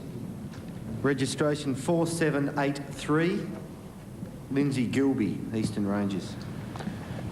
Scott Clayton picking a wingman who has got tremendous kicking ability. That's the outstanding feature in this fella's. He's got speed, but depth in his kicking stands. Penetrating, isn't he? He's only lightly built at the moment, but with these shades of a Mark Graham, what are we looking at? A very, very good type of player and comes from up in the hills area around the Eastern Ranges. Selection 44, Brisbane Lions. Player 4685, Shane Morrison, Northern Eagles. It's a father-son selection again to Brisbane. Peter Morrison played with the Swans back in the 70s and 80s. Played about 90 games as a ruck rover midfielder. And that is the end, centre-half back. That is the end of proceedings for this year's draft as far as Brisbane is concerned. Picked up Damien Selection Cupido. 45, Essendon. And now the Bombers have only their second selection so far. Just might explain the Morrison one. I mentioned that his father Peter played for the Swans. So how come he gets to Brisbane? Well, he's eligible for both under the father-son rule because Peter ended up finishing his career in the Queensland State Football League prior to the Brisbane being established as a club. And under the rules of the establishment of the Brisbane Footy Club, players like that were eligible for both the club they played for and for the new Brisbane team. So he had a choice, basically, and in the finish signed with Brisbane. And I think his father actually played on the bench that particular day. Is there a story about that? Any relevance in Barry Lawrence. Barry Lawrence. You get Stevie Lawrence. Stevie Lawrence. Fully clothed, wasn't it? It needs to be bona fide these days, and Peter was a bona fide player, having played a couple of years in the Queensland State Footy League. Sat on the bench in his seat. I think it was worth it because Stevie's ended up a terrific player for Brisbane. Terrific player, great competitor. It's interesting having a look at Essendon here, Sandy, with this discussion. They've gained Jonathan Robram. They've also picked up David Hill. And there's speculation about Peter Somerville being redrafted back to Essendon, which has been his home for a long period of time. But I just think they need another midfielder, knowing that Sean Denham is basically on his last legs. I know they've got Joe Masudi and Mark McCurry, who are class in that part of the ground. So it'll be interesting to see whether they get another player of that ilk who can win a lot of the footy and drive the Bombers forward.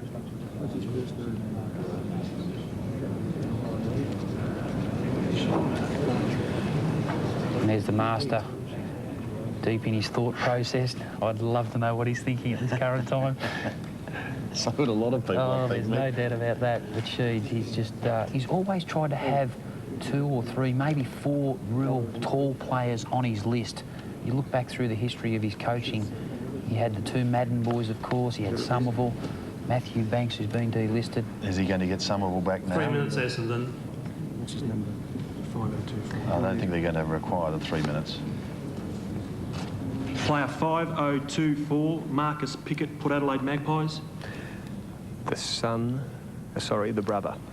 Byron. Yes, of Byron. The brother of Byron. And a different type too. He's taller and a lot lighter. Hasn't played a lot of footy at Port. He just played footy down in the country. An interesting selection, but gee, Byron's ended up an absolute ripper, and they'll be hoping that Marcus can follow in his footsteps. What sort of a player? Wingman, half forward? Flanker. Yeah. A flanker, yeah. Sandy. This is selection 46, and it's for Fremantle. The Dockers have 6 selections today. They were hot early, having 3 of the first 5.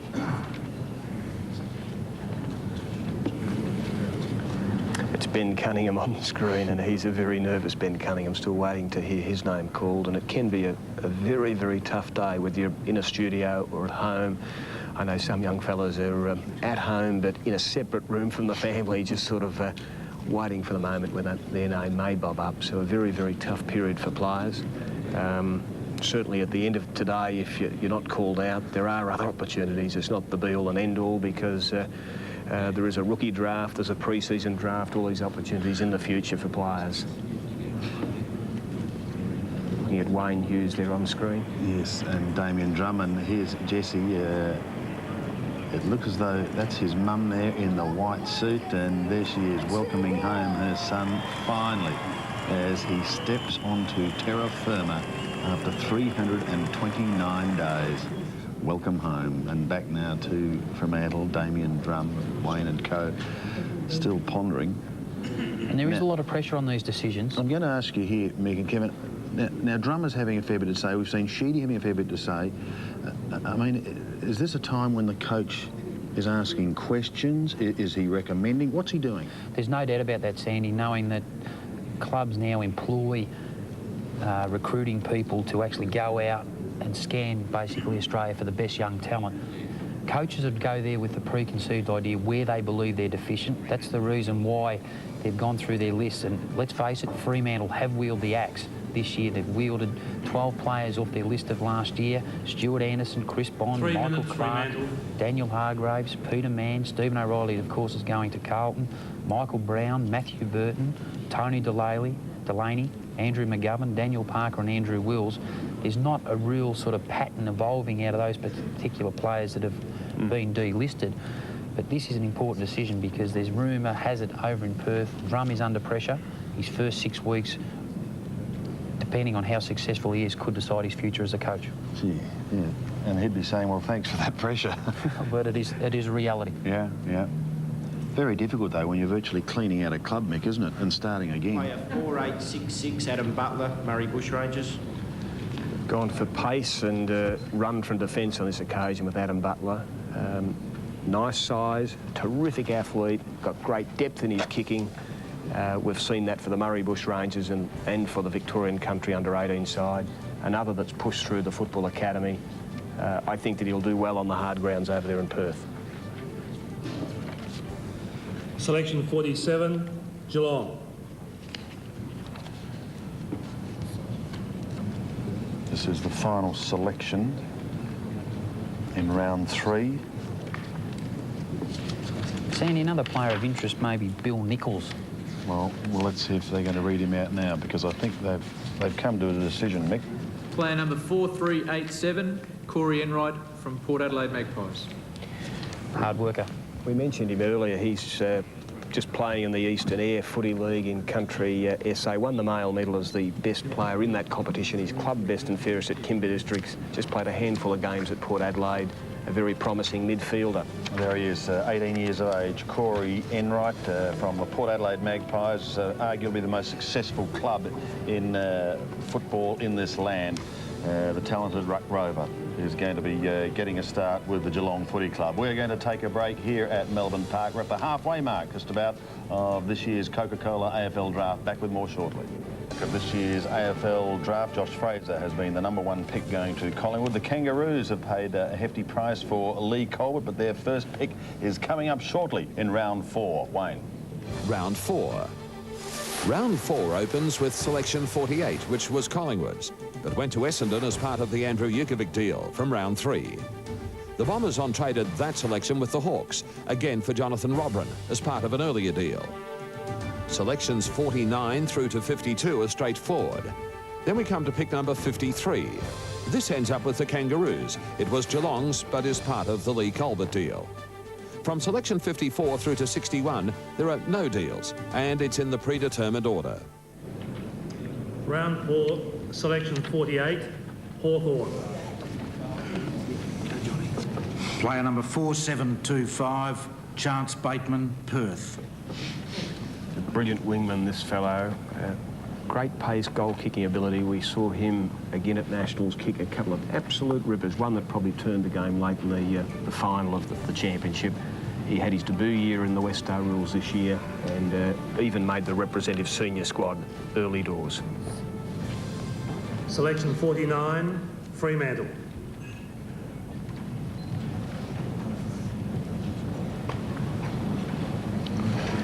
Fremantle have just one more pick after this, their 49th. That's number 76, so there's going to have a fair wait. Sandy, Chance Bateman become the 10th Western Australia player to be selected. They're only second behind Victoria now in terms of producing players at this draft. Victoria has 24 players selected. South Australia with 8 are third in line. Yep, Don.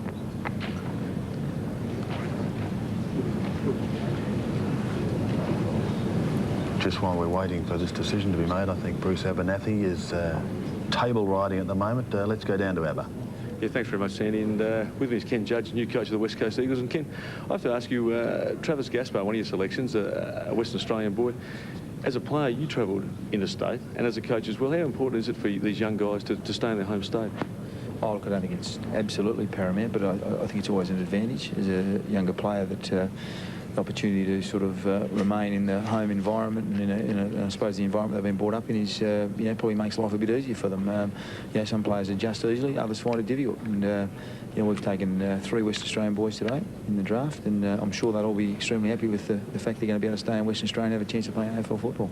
They certainly will be. I would imagine you're pretty happy to be home as well, back at the West Coast Eagles now. And how are you settling in, and what were you looking for in the draft today?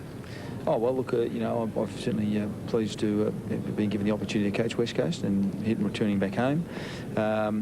Look, today we're looking at getting some taller players, which we think we've managed to sort of draft some taller players because of the fact that we lost a couple of bigger type players in our trading period. So we think we've got a couple of good choices there.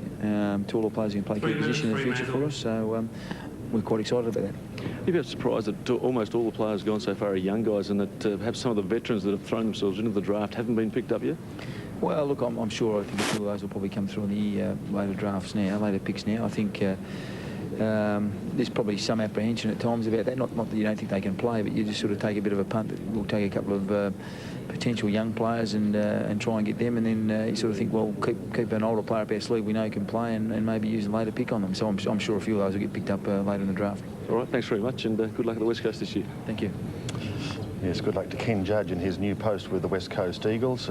Speaking of good luck, we've got to say good luck to Paul Wheatley, who was selection number 20. And as you can see, they've already got him dressed in the red and blue. Have they taught you the theme song yet, Paul? Not yet, but I know that one already, so... By the way, congratulations. It must be a great feeling, especially as Melbourne have shown a lot of interest in you for some considerable time. But we'll talk about that in a moment. I think we've got a decision coming here from Fremantle. Player 4910, Ben Cunningham, Claremont. Well, he's the player that we actually thought would go in the top 20, Kev, as we spoke about Ben Cunningham earlier in the program. Debutant from Claremont this year at senior level over there in the West Star competition. He's very tenacious at the footy. That's the thing I like about him. He will complement their playing list, and he'll be an extra bonus for their midfield group. And he's relieved. Selection 50, Melbourne. Player number 3274, Matthew Whelan, Woodville West Torrens. And Craig Cameron calling the name of Matthew Whelan. Quite a surprise that Matthew's been chosen. He came down from Darwin, played for the Territory Thunder, and had an excellent year playing in midfield. But a surprise to be taken so early. Selection 51, Adelaide. Player 4147, Ricky O'Loughlin, Port Adelaide Football Club. And the brother of Michael. Yep. Premiership player with the Port Magpies this year. A goal kicker, can push up into the centre of the ground as well. It caps off a terrific year. Premiership player and now drafted into the AFL like his brother. Fantastic achievement, and Port a wonderful year, winning yet another flag, this time against Norwood. Selection 52, Richmond. And while they're pondering, we did ask Paul a question probably 5 minutes ago now. Paul has been picked up by Melbourne, and we were talking about the interest. You'd be wrapped because they've shown some interest in you for some time. Yeah. They said they were happy to get me because they were interested last year, and as it turned out, it's worked out well for them. You've been doing a course in turf management. At what stage are you at in that, and is it something you'll continue, or would the club like you to continue it?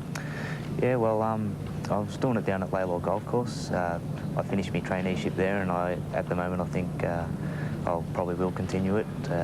I'm not sure where, but yeah, the club. How do you hit the little white ball? Not the best of golfers.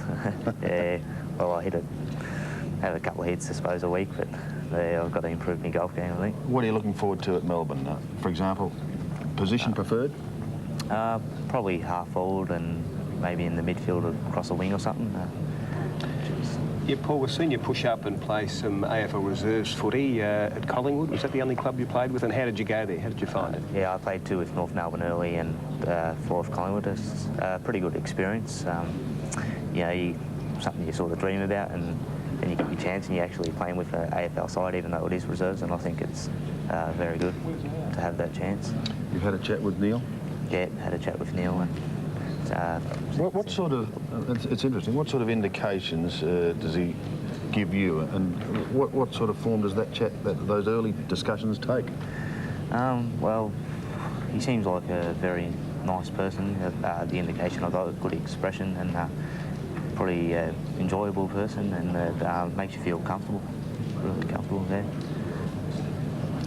Now the kick-off for you, Paul, training starts, is it this week? Have they given that indication as yet? Yeah, I think it starts tomorrow. So. Tomorrow? Tomorrow. Yeah, well, but we're not too sure what's going on there. They've already told me tomorrow. We'll work it out later. 3 minutes, Richmond. What about off the football field, Paul? You're doing an AFL traineeship in turf management, the Laylaw Golf Club. Is that something you've always wanted to get involved in? Yeah, well, I like working outdoors, so I didn't want to be locked up in an office, and I suppose it was probably a job I really enjoyed, which was good to have for a year. Well, I finished my school last year, so yeah. I can recall a sensational game you played at the National Championships. 4-3-5-7, Andrew Mills, Murray Bushrangers. Greg Beck calling the name of a leading forward. You can play full forward, half forward flank. Andrew Mills represented the Vic country at the National Championships that we're talking about a moment ago with Paul. Promising player, only lightly built at the moment. 53, Kangaroos. Player 4396, Clayton Mascock, West Perth. Yeah, Clayton, he's a defender over there in Perth. He's very courageous. He's a hard-running player, really hits the footy hard. Very safe hands. No doubt he'll be a match-up type of player in the AFL. He could be run-with player, and North Melbourne certainly like that style of player. Selected by the man known in today's papers as the master drafter. Selection 54, St Kilda. 4732, Murray Pitts, Bo Morris, St Kilda supplementary list. It's good to see Murray Pitts getting rewarded for his effort as a surplus player. We've seen many players over recent years that have invested that time in reserves footy without any guarantee of being picked up, and he's obviously done well enough for Tim Watson to have him promoted to the senior list. Selection 55, Hawthorn.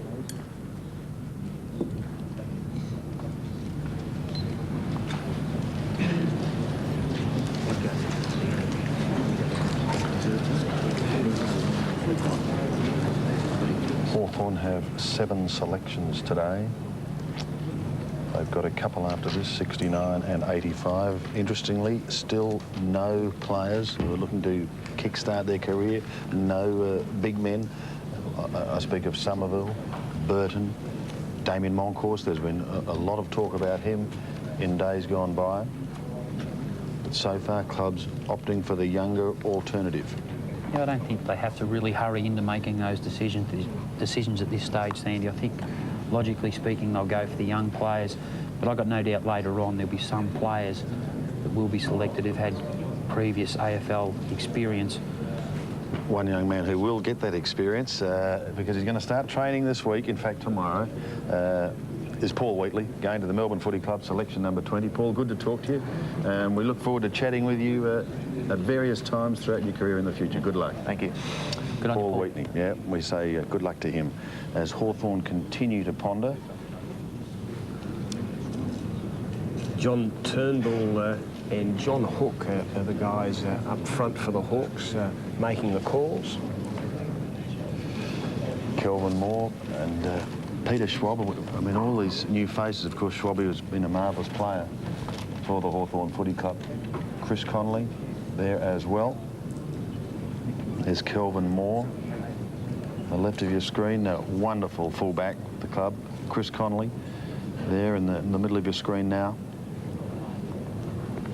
And this is where, Sandy, they would be really balancing their lists, knowing that what they've selected at this stage, whether they've gone for talls or gone for smalls or a combination of both, they'd be really analysing, OK, what are we deficient in?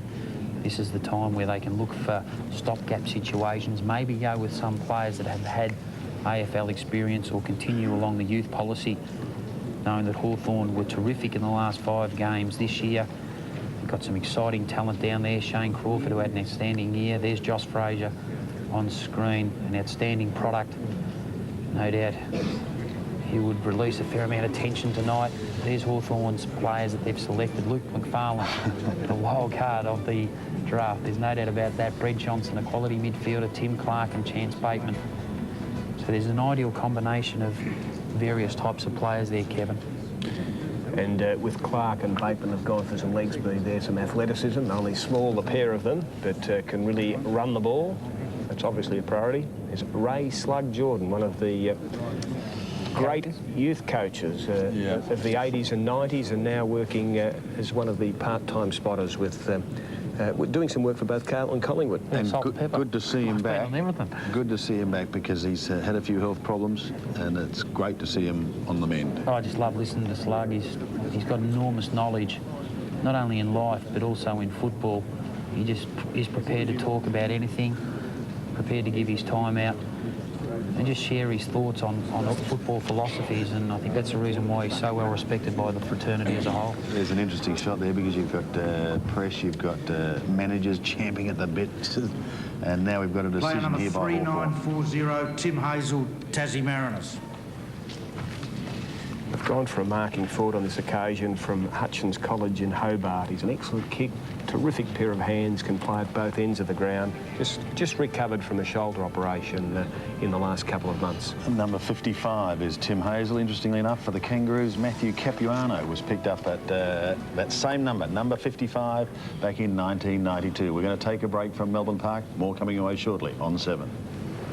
Last year, Shannon Motlop and Shane Clayton had a while to wait. They were the Kangaroos' last 2 picks at 85 and 90. They both now have premiership medallions and a place in AFL history. Welcome back to Melbourne Park. Back in 1991, the Sydney Swans picked up a player by the name of Andrew Dunkley. Their selection then was number 56. I wonder what they'll do this year, Wayne. Round 4, selection 56, Sydney. Player 4102, Ryan O'Keefe, called the Cannons. Best and fairest winner with the Cannons, strongly built half-back, a half-forward, real great competitor, Ryan O'Keefe. Selection 57, Port Adelaide. Registration number 5053, Steve Brosnan, Port Magpies. And going at home with Steve Brosnan, debuted with the Port Magpies in the Sandful this year, promising marking forward. Selection 58, Western Bulldogs. Registration 4967, Patrick Bowden Rovers in Alice Springs. The brother of Joel Bowden, very lightly built, full forward from Alice Springs. Selection 59, Essendon.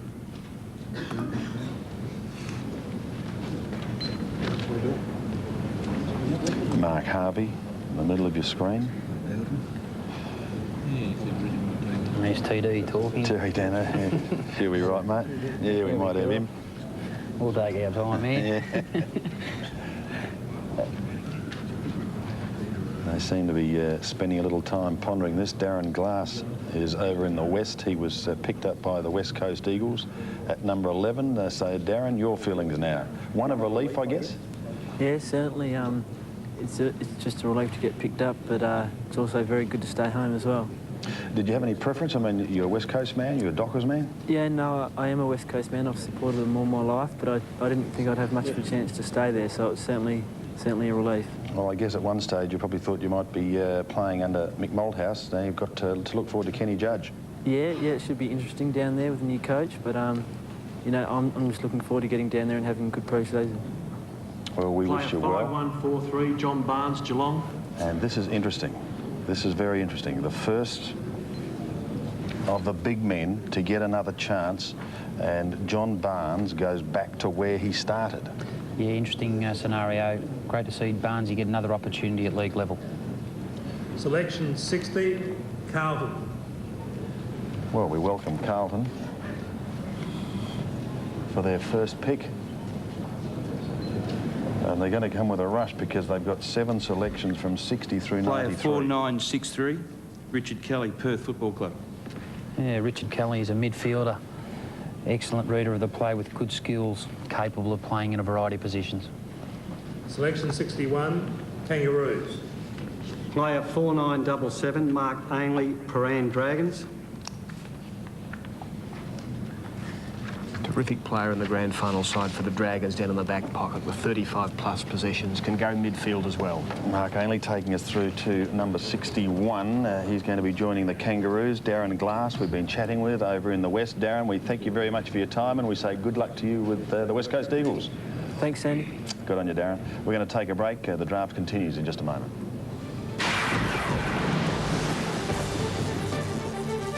Welcome back. If you may have just tuned in, I can tell you that Josh Fraser was the #1 pick in this year's draft. Paul Hazelby was #2 and Aaron Fiora was #3. And as far as those players wanting another crack at league level, John Barnes has been the only player so far picked up as we turn our attention now to round 5. Round 5. And we start with a selection by the Magpies. Then selection 63 ends up with the Demons after a trade with Fremantle for Troy Longmuir. Melbourne also have pick number 64. Then trading continues at selection 66 with the Bulldogs gaining another pick from Richmond as part of the deal involving Leon Cameron. Pick 67 started with the Cats, went to the Kangaroos for Lee Colbert and then was on-traded by the Roos to Adelaide for the selection and Scott Welsh. The rest of the selections in round 5 are as they should be. Round 5, selection 62, Collingwood. Registration 4103, Ben Johnson, Preston Knights. Best and fairest winner from the Knights, plays on the back flank, left footer, pretty competent on his right, real tough hard nut. Selection 63, Melbourne.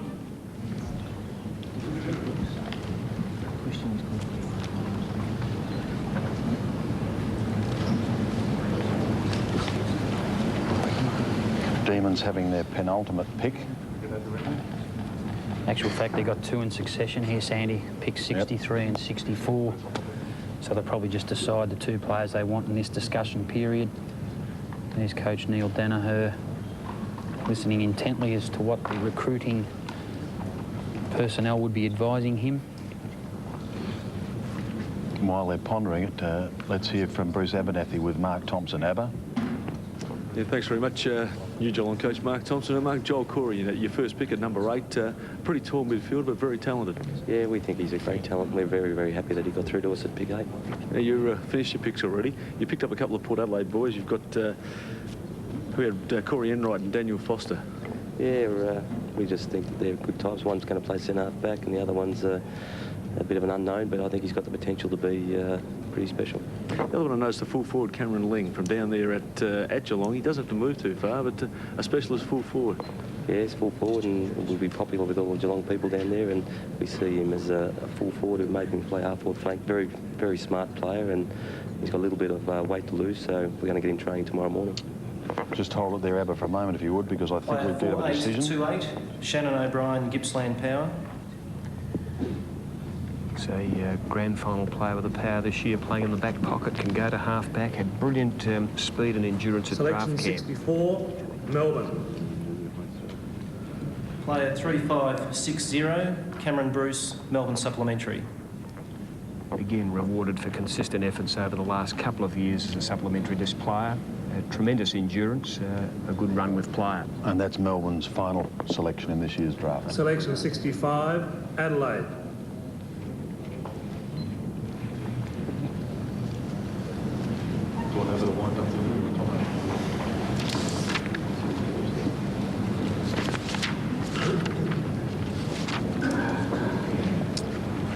Player 4682, Justin Sikalella, Woodville West Torrens. He's a rover who crumbs exceptionally well. Very good decision maker. Selection 66, Western Bulldogs.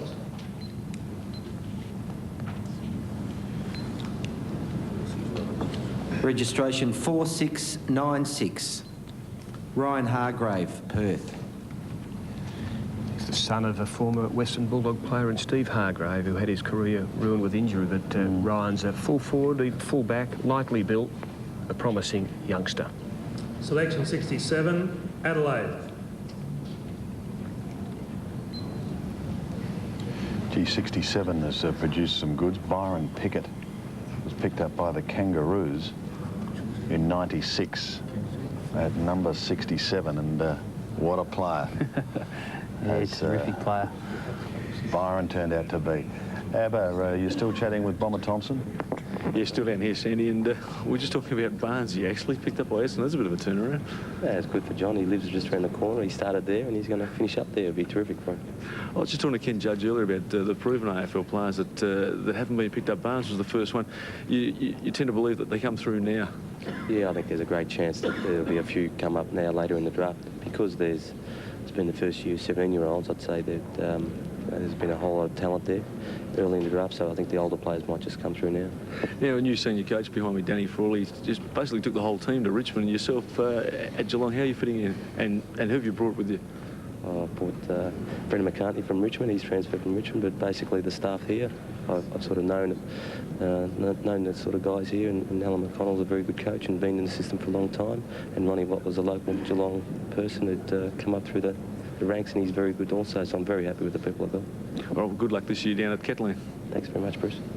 Case of musical chairs, isn't it? You sort of got, if you've been away, you scratch your head because you're talking to the Geelong coach and there's a shot of Gary Ayres a couple of tables down. You think, now what's going on here? But of course, he is now thinking about Adelaide and their selection, their round 5 selection number 67. Sandy, a couple of players that haven't had their names read out at this stage has surprised me. One being Callan Beasy, I think he's an exciting player. Jeremy Dukes and Rob Forster Knight, I think they're 3 players. And while you're looking at their name very shortly. While you're looking at Adelaide here. Player 4456, Robert Shirley, Woodville West Torrens. Spare a thought for Malcolm Blight, who's probably on the golf course. Selection 68, St Kilda.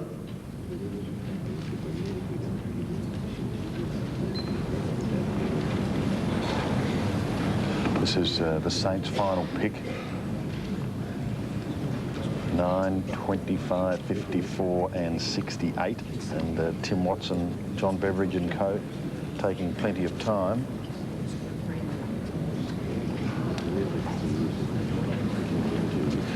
Perhaps while they are chatting, Aaron Fiora has joined us. Aaron is a young boy from South Australia. He was chosen first pick by Richmond, number 3 in the draft. And Aaron, slide over here, and good of you to join us. You come from the country down in the southeast of South Australia, Narracourt, who are in the Carry Narracourt League, and here you are. If my memory is correct, you're wearing Kybe Baylight colours. They're arch enemies of Narracourt, aren't they? Yeah, sure are. I think when I get back home, I might cop a bit from the Kybe boys. You know, maybe when I'm finished up, they'll be all, you know, you've donned the colours already, why don't you come out to us? Who did you play with down there in the Carry Narracourt? Was it Narracourt? Yeah, Narracourt. Right, right. And no doubt absolutely delighted to be heading to your first league club. Yeah, sure am. I wasn't really not that nervous. I was just more worried about where I was going to go.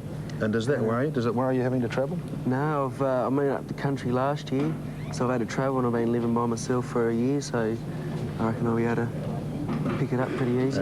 Heading down to Punt Road, any indication yet of when training commences? Yeah, tomorrow morning. Oh! Yeah, well, Danny Frawley did say, Aaron, that it's about time the Richmond boys did get their hands dirty. So congratulations, one country boy to another. Danny Frawley would have a great rapport to you and know what it's like to settle down. But have you got any specific position you like to play, knowing that you did play wing for Port Adelaide, but have you got a specific position you like to play? No, probably the wing suited me ever since I started as a junior. I've been playing there, and probably suits me pretty well, so maybe stay there. 3 minutes in Kilda. Aaron, we saw some vision a moment ago of that mark you took up in Brisbane. You've got a great natural spring. Has that been a highlight of your game through your juniors? Yeah, through junior footy, especially at home in the country, it was. I haven't done much of it in Adelaide. I was playing sort of, you know, stricter to game plans, but certainly in the country it was. Growing up in the bush, and no doubt you've been watching it on television over the years, what side have you followed, and who are the players that you've idolised and looked up to? When I was younger, I was sort of Carlton, brought up by my old man, and sort of Essendon, and I always liked Greg Anderson. He was a left footer always, yeah, good. Yeah, wonderful player, and of course played with Port Adelaide, Magarey medalist. Yep. So what are your aspirations? I mean, your favourite posse, how do you see yourself slotting into Richmond? First, I've got to go get fitness up, I think, especially from SANFL, sort of ranks to AFL, it's going to be a lot harder, so I think I'll get fitness up first. Anything in particular? Like, for example, do you want to, you're a player that says, I reckon I'm going to be told I've got to spend a lot of time maybe working on weights, or is it your athletic side? Is there anything in particular you think you're going to have to work on? Yeah, I'm not real strong in the upper body, so I'd say probably work out weights a bit more than anything else. Right. And Aaron, surely last year's experience with Port Adelaide would have helped you in good stead, knowing you played alongside Darren Poole and sometimes Jared Polton, who went back in defence with Port Adelaide. That would have held you in good stead and gave you a lot of experience.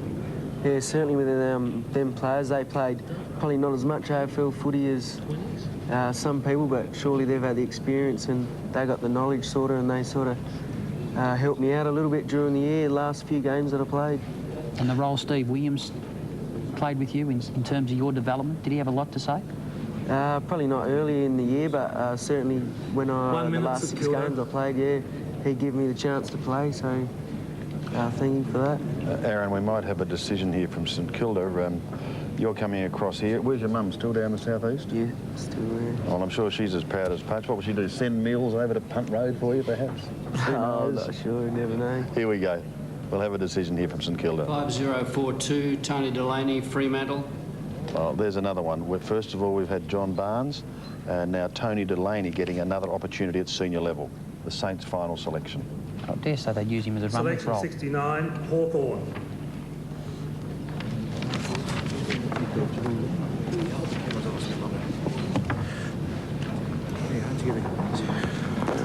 Player 4168, Bill Nichols, Geelong Falcons.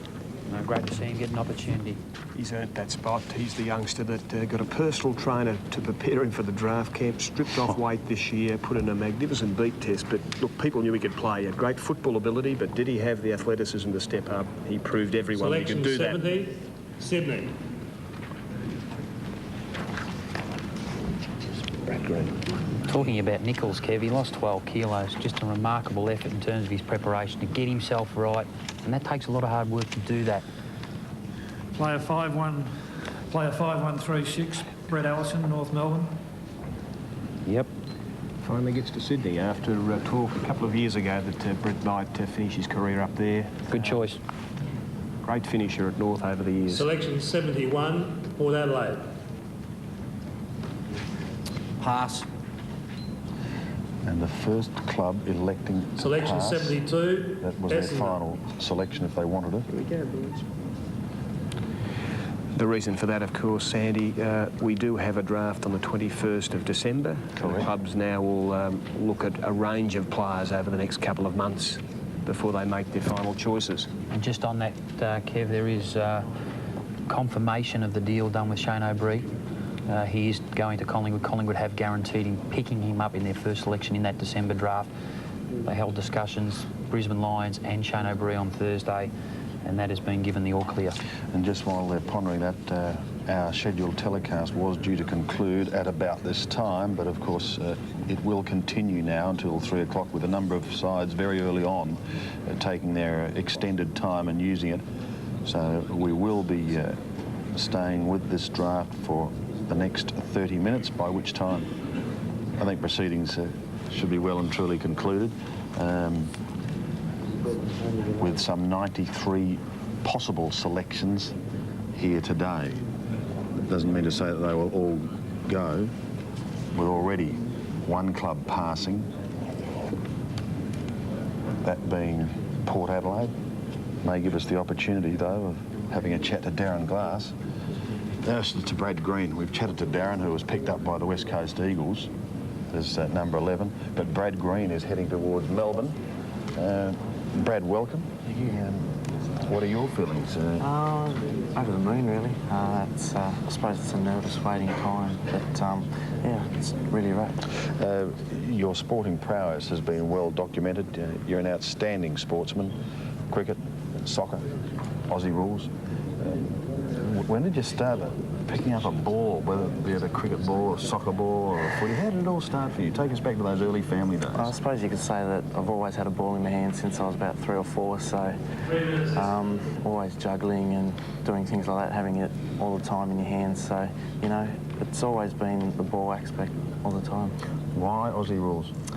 I think it's come out number one because I love it. I've always grown up with it. I suppose I started off with soccer just to get both sides of my body on, and then I came to footy a couple of years ago and just rocked with it. Which really is I mean, that's quite extraordinary in itself, because you say you came to footy only a couple of years ago.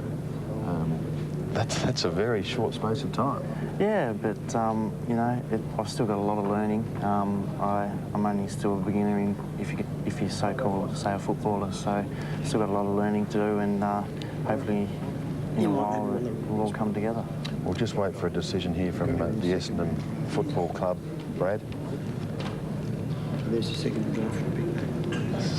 Player 4653, Rob Foster Knight, Murray Bushrangers. Bombers have made their final selection, Rob Foster Knight. Selection 73, Carlton.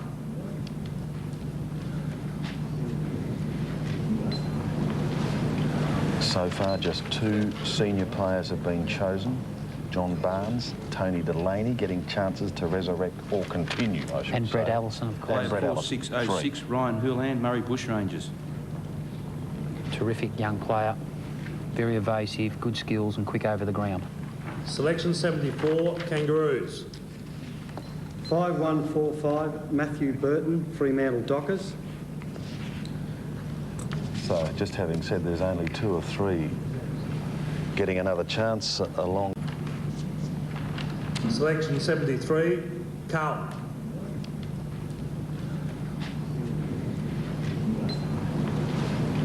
So far, just 2 senior players have been chosen.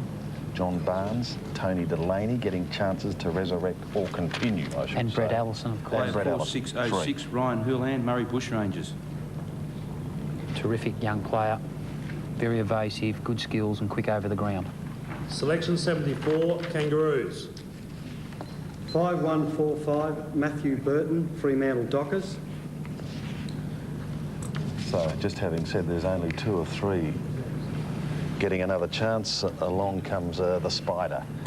And Matthew Burton is heading to the land of the kangaroo. Brad Green is heading to Melbourne. We say good luck, Brad, and we'll be watching your career with great interest. We're going to take a break and be back to continue the draft shortly. Coca-Cola draft continues, but we're also keeping a very close eye on Jesse Martin, who's rewriting record books as we speak, and we're about to hear his first words since landing home after 329 days at sea. Well, I'm actually a bit tired because I didn't get much sleep. I was watching out for ships. They were running all around the place, and so I was in a bit of a daze, and well, it's been a bit of a build down the last few days, seeing the helicopters and everything. But when you get a few boats around you like that, and then this, I'm still, I mean, I'm just a normal person. I don't know why everyone's here, geez. I wonder why.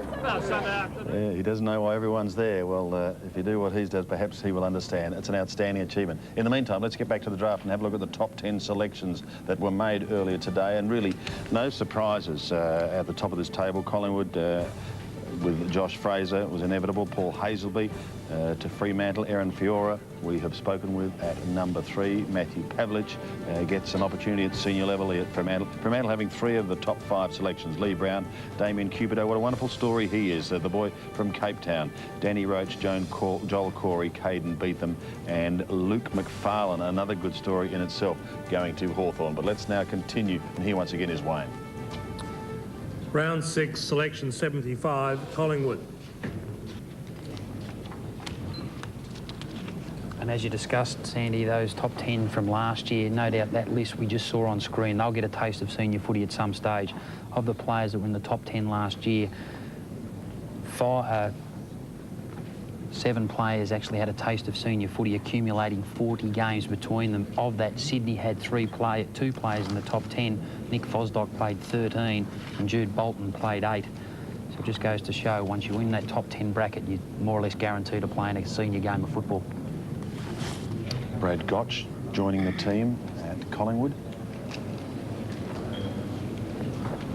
Premiership coach of the Paran Dragons and the TAC Cup. Mick has not only been a great provider of young players to the AFL, but it's allowed coaches and administrators to push through as well. And, well, it's probably fitting that we mentioned Brad Gotch because Ezra Poyas has joined me here at our interview area. And Ezra, just come in a little bit closer, but we're talking about Brad. He's your old coach. Yeah. Tell us about Brad Gotch, the coach. Now, here's a chance for you to really tell us all the news. Oh, dear. Well, yeah, Brad was excellent. He took us from 8th to 3rd, nearly won a premiership in '98, and then this year we went all the way with him. And he was great to all the boys, really communicated well.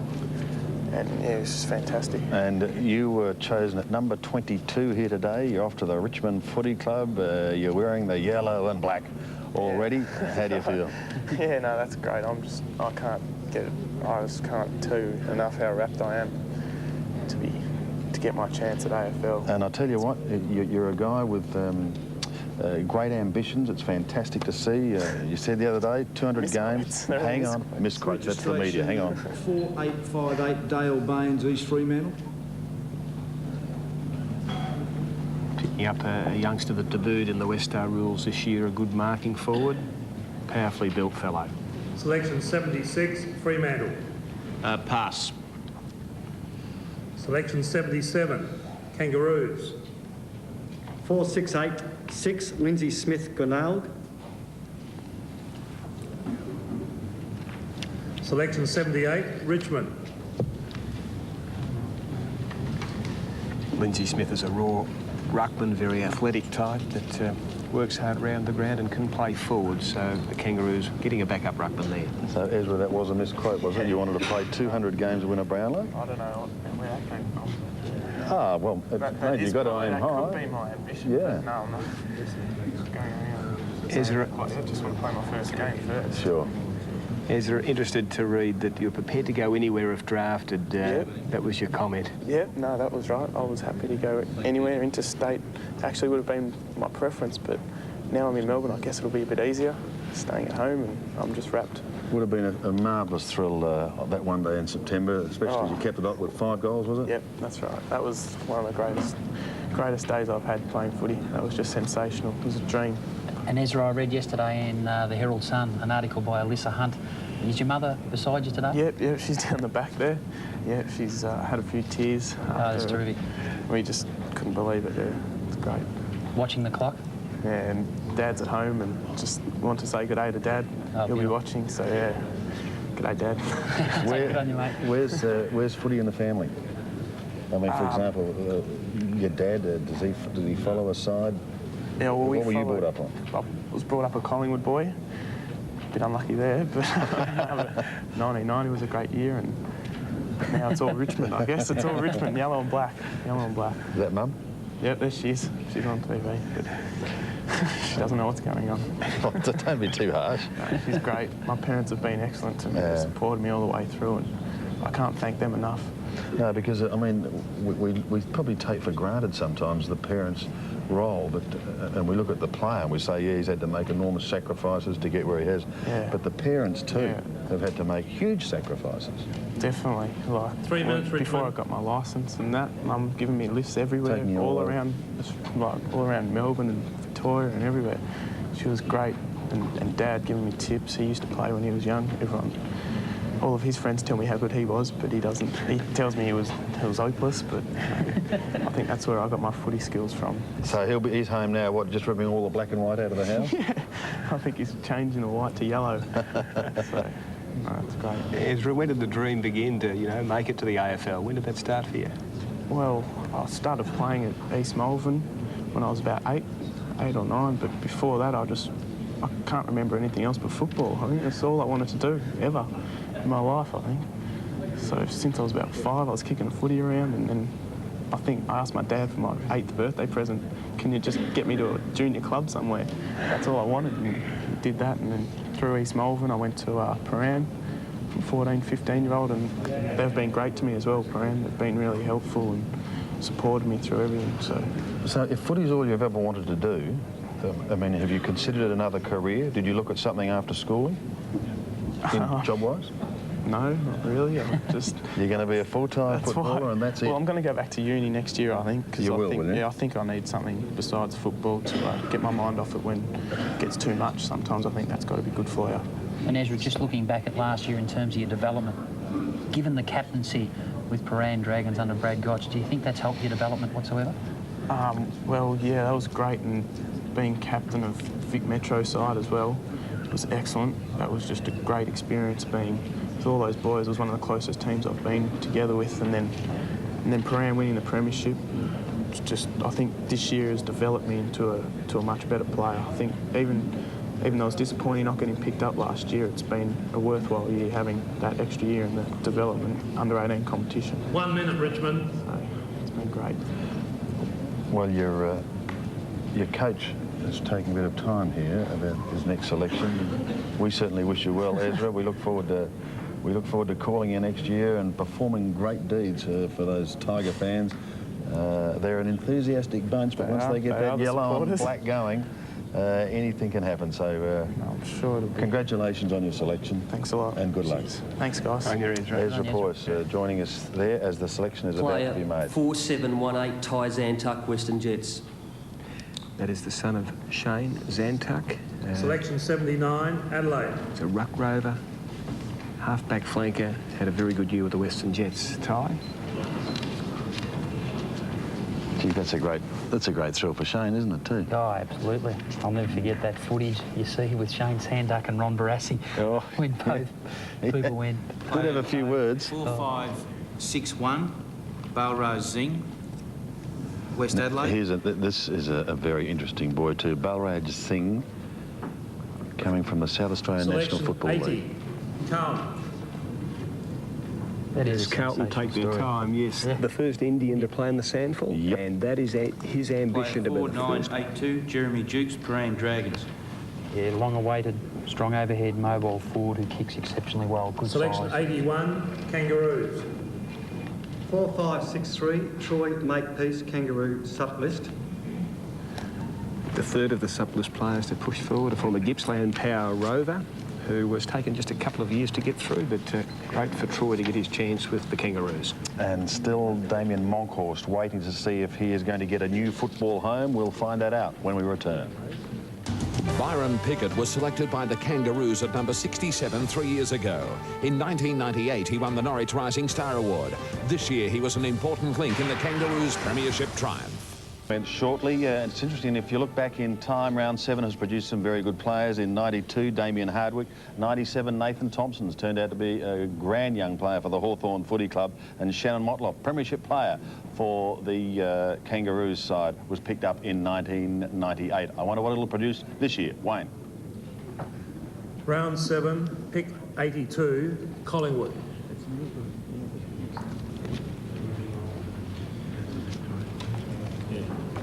Registration 4991, Nick Stone, Paran Dragons. It's a likely built centre half-back from the Dragons. Selection 83, Adelaide. Hasn't played a lot of TAC Cup footy, played school football most of the year, but an important member of their premiership side down at centre half-back, Nick Stone. We talked about the players, Kevin and Mick. We've talked about the coaches. We haven't really touched a great deal on the recruiting men. This is their day as much as anyone else's. This is their exam time, isn't it? It's pass or fail. Yeah, exactly right, Sandy. A lot of pressure is on the recruiting managers, officers, call them what you like. They do a lot of travelling throughout the course of a football season, looking for the emerging talent to represent their club. So the pressure is certainly on them making critical decisions. And it was very interesting to read in the Sunday Herald Sun about the man they've dubbed the master drafter. I'm speaking about Neville Stibbard, who's the Kangaroos recruiting manager. But look at some of the young players that he's picked up. Brent Harvey at 47. As we look at Adelaide, Rhett Biglands, Ricky O'Loughlin, Justin Sikasela, Robert Shirley, and the interesting one, Balraj Singh, who's going to become the first Indian to play AFL footy. And Sandy, all of those were playing in South Australia last year, so they've just picked homegrown players. Just getting back to Neville Stibbard, the players that he's recruited, and we talk about it's not necessarily 1 to 10. Brent Harvey, 47th. Shane Clayton, 90th. Shannon Motlop, 85th. Scott Walsh, 17th. Byron Pickett, 67th. And Cameron Mooney, 56th. I mean, that is almost a third of a premiership side. Yeah, an outstanding effort, isn't it? When you look at the numbers and the names you just mentioned, Sandy, terrific effort there by Neville Stibbard. He's well respected throughout the football fraternity, internally and externally. Interesting to see, I think, when you come to Richmond's next selection, Sandy. 3 minutes, Adelaide. I wouldn't be surprised to see. Just hang on, Mick. I'm sorry to interrupt, but they've asked for a 3-minute extension, so it might be an opportune time for us to take a quick break. Then we'll come back and see what Gary Ayres and the boys have done. Andrew Merrington has just been picked up by Carlton as we welcome you back, and I'll keep you up to date with players that have gone during that break. You'll remember that Adelaide was asking for extra time. They've opted for Matthew Sher from the Murray Bushrangers. Richmond had selection number 84. Their choice was to pass, as was Hawthorn with pick number 85. Trent Hotton gets another chance, an old teammate of Mick McGuan's. Mick? Yep. You'd be happy to see him going to Carlton. Yeah, he had an outstanding year under Alan Richardson, who coached him this year. Played at centre forward. Exciting player, Trent. Great to see him get another opportunity. Selection number 87 was the Kangaroos' choice, and they chose Christian Woodley. Michael Clark from Fremantle is going to Collingwood, pick number 88. 89, Adelaide had another selection here. In fact, it was their penultimate choice, and they chose to pass. Carlton, who we've just seen with Shane O'Sullivan announcing that Andrew Merrington as being chosen as selection number 90. So just 2 or 3 to go. Let's go back to Wayne. Round 9, selection number 92, Carlton.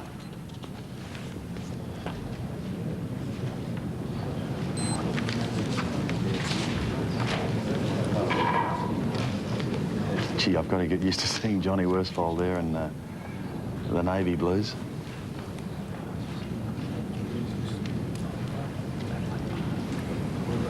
This is selection number 92, so I can only assume that Adelaide must have passed on selection 91. It was interesting to see also earlier in the day we mentioned Andrew Merrington might get an opportunity. Yeah.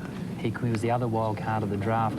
That's Chuka's son, who's the recruiting man for the West Coast Eagles. What sort of a player? Just remind us again, Mick. 6'6", big boy, yeah. Tall player, can play both ends of the ground. Last year he withdrew his nomination from the National Draft, Sandy. He actually travelled to England to play cricket. This year he's back and got the opportunity to play at Carlton. And we wish him well. While they're pondering that, Paul Coulleriotis has joined us. Paul has been snapped up by Port Adelaide. We might get a Player chance to chat with him in a 4911, moment. Adam Matthews, Murray Bushrangers. Well, they've gone for Adam Matthews of the Murray Bushrangers. Round 10, selection number 93, Carlton. Carlton again are maybe just pondering. Paul, crossing the border, selection 12, joining Mark Williams at the Power. How do you feel? Yeah, great. I'm ecstatic. Can't believe it's like a dream come true. You come, do you not, from a soccer background originally? Your dad played soccer? My dad played soccer and his background played soccer, so... What was he, pretty classy, or did he just tell you he was pretty classy? No, he tells me he was pretty classy, but I went and watched him when I was little, so he was pretty good player. And travelling, doesn't worry you at all, Paul? Oh, not really, no. It'll be a great experience, so just a chance of a lifetime. A number of players I know are going through examination periods at the moment. You've got one tomorrow, have you? Yeah, further maths. Further maths. Well, you know what Mick McGuan, who's in a bit of a flippant mood here, suggested just put down 21 kicks, 8 hand passes, 5 goals, and you'll get a pass. Yeah, I'll probably be thinking of that too. No, that adds up to 34, Sandy. Oh, Paul, well, look, we wish you well. It's a fantastic experience. It's about to unfold. Good luck with Port Power. Thanks very much. Paul Coulleriotis joining us here, and the closing stages of the draft. We've got Carlton making the final choice of this draft. This is number 93, so a number of clubs have passed. It looks, well, most certainly now that players like, with only one left, Damien Monkhorst, who we thought might get another chance. Some had mentioned it with the Kangaroos, but they opted for Spider Burton. Carlton's last choice went to Adam Matthews, who is a young developing ruckman, so we've seen a few emerge, so that rather than taking the Monkhorst, they've looked to the younger ones that in 2 to 3 years' time might be able to fill the breach at the senior level. Matthews from up the Murray Bush Rangers at about 198 centimetres and terrific young athlete, marks well above his head. Had some ankle and wrist problems this year, so injury problems. His best form wasn't exposed. Shane has the final words. Double 6, Joe Allen, Gippsland Power. Halfback flanker from Gippsland Power that Peter Francis helped prepare in the last couple of years. Runner-up in their best and fairest last year. A very promising halfback flanker. Just looking at that, as Carlton have just announced their final choice in Joseph Allen. To me, if there were surprises, it probably was just the lack of senior players that have been given another chance. 4 or 5, and I know in our chats during the week we thought maybe anywhere between 6 and a dozen. Yeah, we obviously thought that a lot of ruckmen might get the opportunity. 2 of them have, that being Burton and also Barnes, but they've got a chance to get another chance of league footy. Good luck to them. Yes, good luck to them. The day doesn't end for the senior coaches. They now go into a meeting, and I'm sure that the management will go to work with these young players. Their careers are just starting. Gentlemen, your thoughts have been invaluable today. We thank you both very much, and hope you... Welcome back, and it's been a long, agonising day for the AFL clubs at the National Draft. With Australia's best young footballers up for grabs, every pick counted and coaches sweated on the men they wanted, and Bruce Abernathy was there. Thanks, Chris. And the Adelaide Crows have caused a bit of a surprise here at the National Draft. They've ignored interstate players and concentrated on the homegrown talent. They snapped up 5 SANFL stars, including 3 from the Eagles. The Crows were pleasantly surprised to find their #1 man, Rhett Bigland, still in the pool when their first pick came around at number 36. You can't have enough of that taller, mobile type ruckman, and we probably, in all honesty, didn't think he'd be there at pick number 36, but, you know, we're happy to take him with that pick. I'm over the moon, actually, to tell the truth. Yeah, I'm just hanging out for it all to start. But it didn't stop there. The Crows landing Magpie Premiership forward Ricky O'Loughlin, brother of Michael, Eagles midfielders Justin Sicolella and Robert Shirley, and West's Balraj Singh, who becomes the first Indian on an AFL list. They added Matthew Sher from the Murray Bush Rangers, passing with their last 2 picks with a view to the pre-season draft in December. For Port Adelaide, well, they look no further than Albertson for 2 of their picks. They're also going to try their luck with 2 young Victorians, including their first at number 12, Paul Koularitis. He comes from a soccer background and a family of Collingwood fans. And now it's time to leave home. Oh, yes, plenty of tears and probably plenty to come. I just can't believe he's going to another state. I didn't care which club, just wanted to play AFL, and Port Adelaide's a great club, so I'm thankful for that. We decided that before he got drafted, whatever team picked him up would support the team, so, yeah, Port Adelaide it is. The Power added Brent Guerra from the Bendigo Pioneers and Port Magpies Steve Brosnan and Kane Ackland. I only had 1 interview with him earlier on in the year, and that was it. So it came as a bit of a surprise? Yeah, I was a bit stunned. And as expected, Josh Fraser was the #1 pick in today's draft, and he was snapped up by Collingwood. 202 centimetres and still only 17, Fraser carries the burden of the #1 pick. But just 2 selections later was Port Magpie Aaron Fiora, taken by Richmond. Star Eagle forward Matthew Pavlik joined Fremantle with the 4th selection. Player 4391, Matthew Pavlich, Woodville West Torrens. Well done, Matthew. Pavlik set to line up alongside Tony Modra. Well, actually, I've got a poster of him up on my wall. Yeah, I can't wait. I mean, he's my idol. He was my idol when he was playing for the Crows, and he's still one of my, probably my most favourite players. So I'm really looking forward to playing with him for sure. They lead a field of 8 South Australians on their way out of the state, but there was disappointment for basketballer turned footballer Dean Brogan. And only 60 listed AFL players found new homes, among them John Barnes, who's going back to Essendon after a decade. He's won the Battle of Tactics to claim the Japanese Grand Prix and his 2nd World Drivers' Championship in a row. Ferrari's Eddie Irvine held a 4-point lead going into today's race, but even with the help of Michael Schumacher, he couldn't catch Hakkinen. The last stop of the Formula One circus. The championship was down to 2. Eddie Irvine started 5th on the grid, holding a 4-point lead from Mika Hakkinen. Irvine expected Michael Schumacher to run interference for him by blocking Häkkinen, but the Finn got the jump on the German. The defending world champion set a cracking pace. After 14 laps, Häkkinen established a 6-second lead and 28 seconds clear of fourth-placed Irvine. After the first round of pit stops, Häkkinen regained the lead from Michael Schumacher, while Irvine made 2 tyre stops within 16 minutes. What a humongous gamble this is. Third-place David Coulthard got his nose out of joint. Oh, it's Coulthard's off. Coulthard has gone off. His retirement helped Irvine move up to third.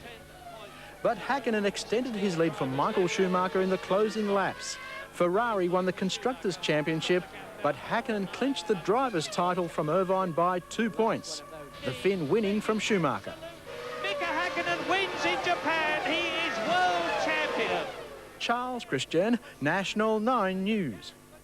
The Adelaide Crows and Port Pirie have predominantly chosen local talent in the annual AFL Draft. But both clubs missed out on picking up SANFL players Aaron Fiora and Matthew Pavlich, who both went in the first 4. 1 Matthew Pavlich, Woodville West Torrens. A packed Pavlich household greeted the news. 17-year-old Matthew was heading to Fremantle to play alongside his hero Tony Modra. Can't wait.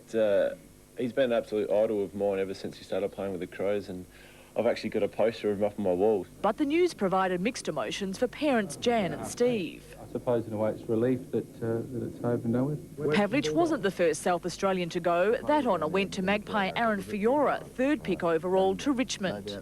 When I was younger, I was sort of Carlton, brought up by my old man, and sort of Essendon, and I always liked Greg Anderson. Back in Adelaide, teammate Kane Ackland was rapt when the Power called out his name. From back from the West Coast, which is Port Magpies area, so always been a Port supporter. Port chose another Magpie in Stephen Brosnan, along with 2 Victorian youngsters. The Crows had to wait until pick number 36 before their first selection and used it to choose former Power Squad member Rhett Biglands. He was one of 5 local players drafted by Adelaide, 3 of them from the Eagles. Magpie Rick O'Loughlin and West Balraj Singh were also picked up. The recycled story of the day belonged to SAC Geelong ruckman John Barnes, picked up by Essendon, the club where he began. Former Kangaroo Brett Allison will line up with Sydney, while former Collingwood ruckman Damien Monkhurst was overlooked. The Magpies claimed outstanding 18-year-old Josh Fraser as the #1 pick overall. Vicky Jobe, National 9 News. Australia has moved a step closer to winning rugby's holy grail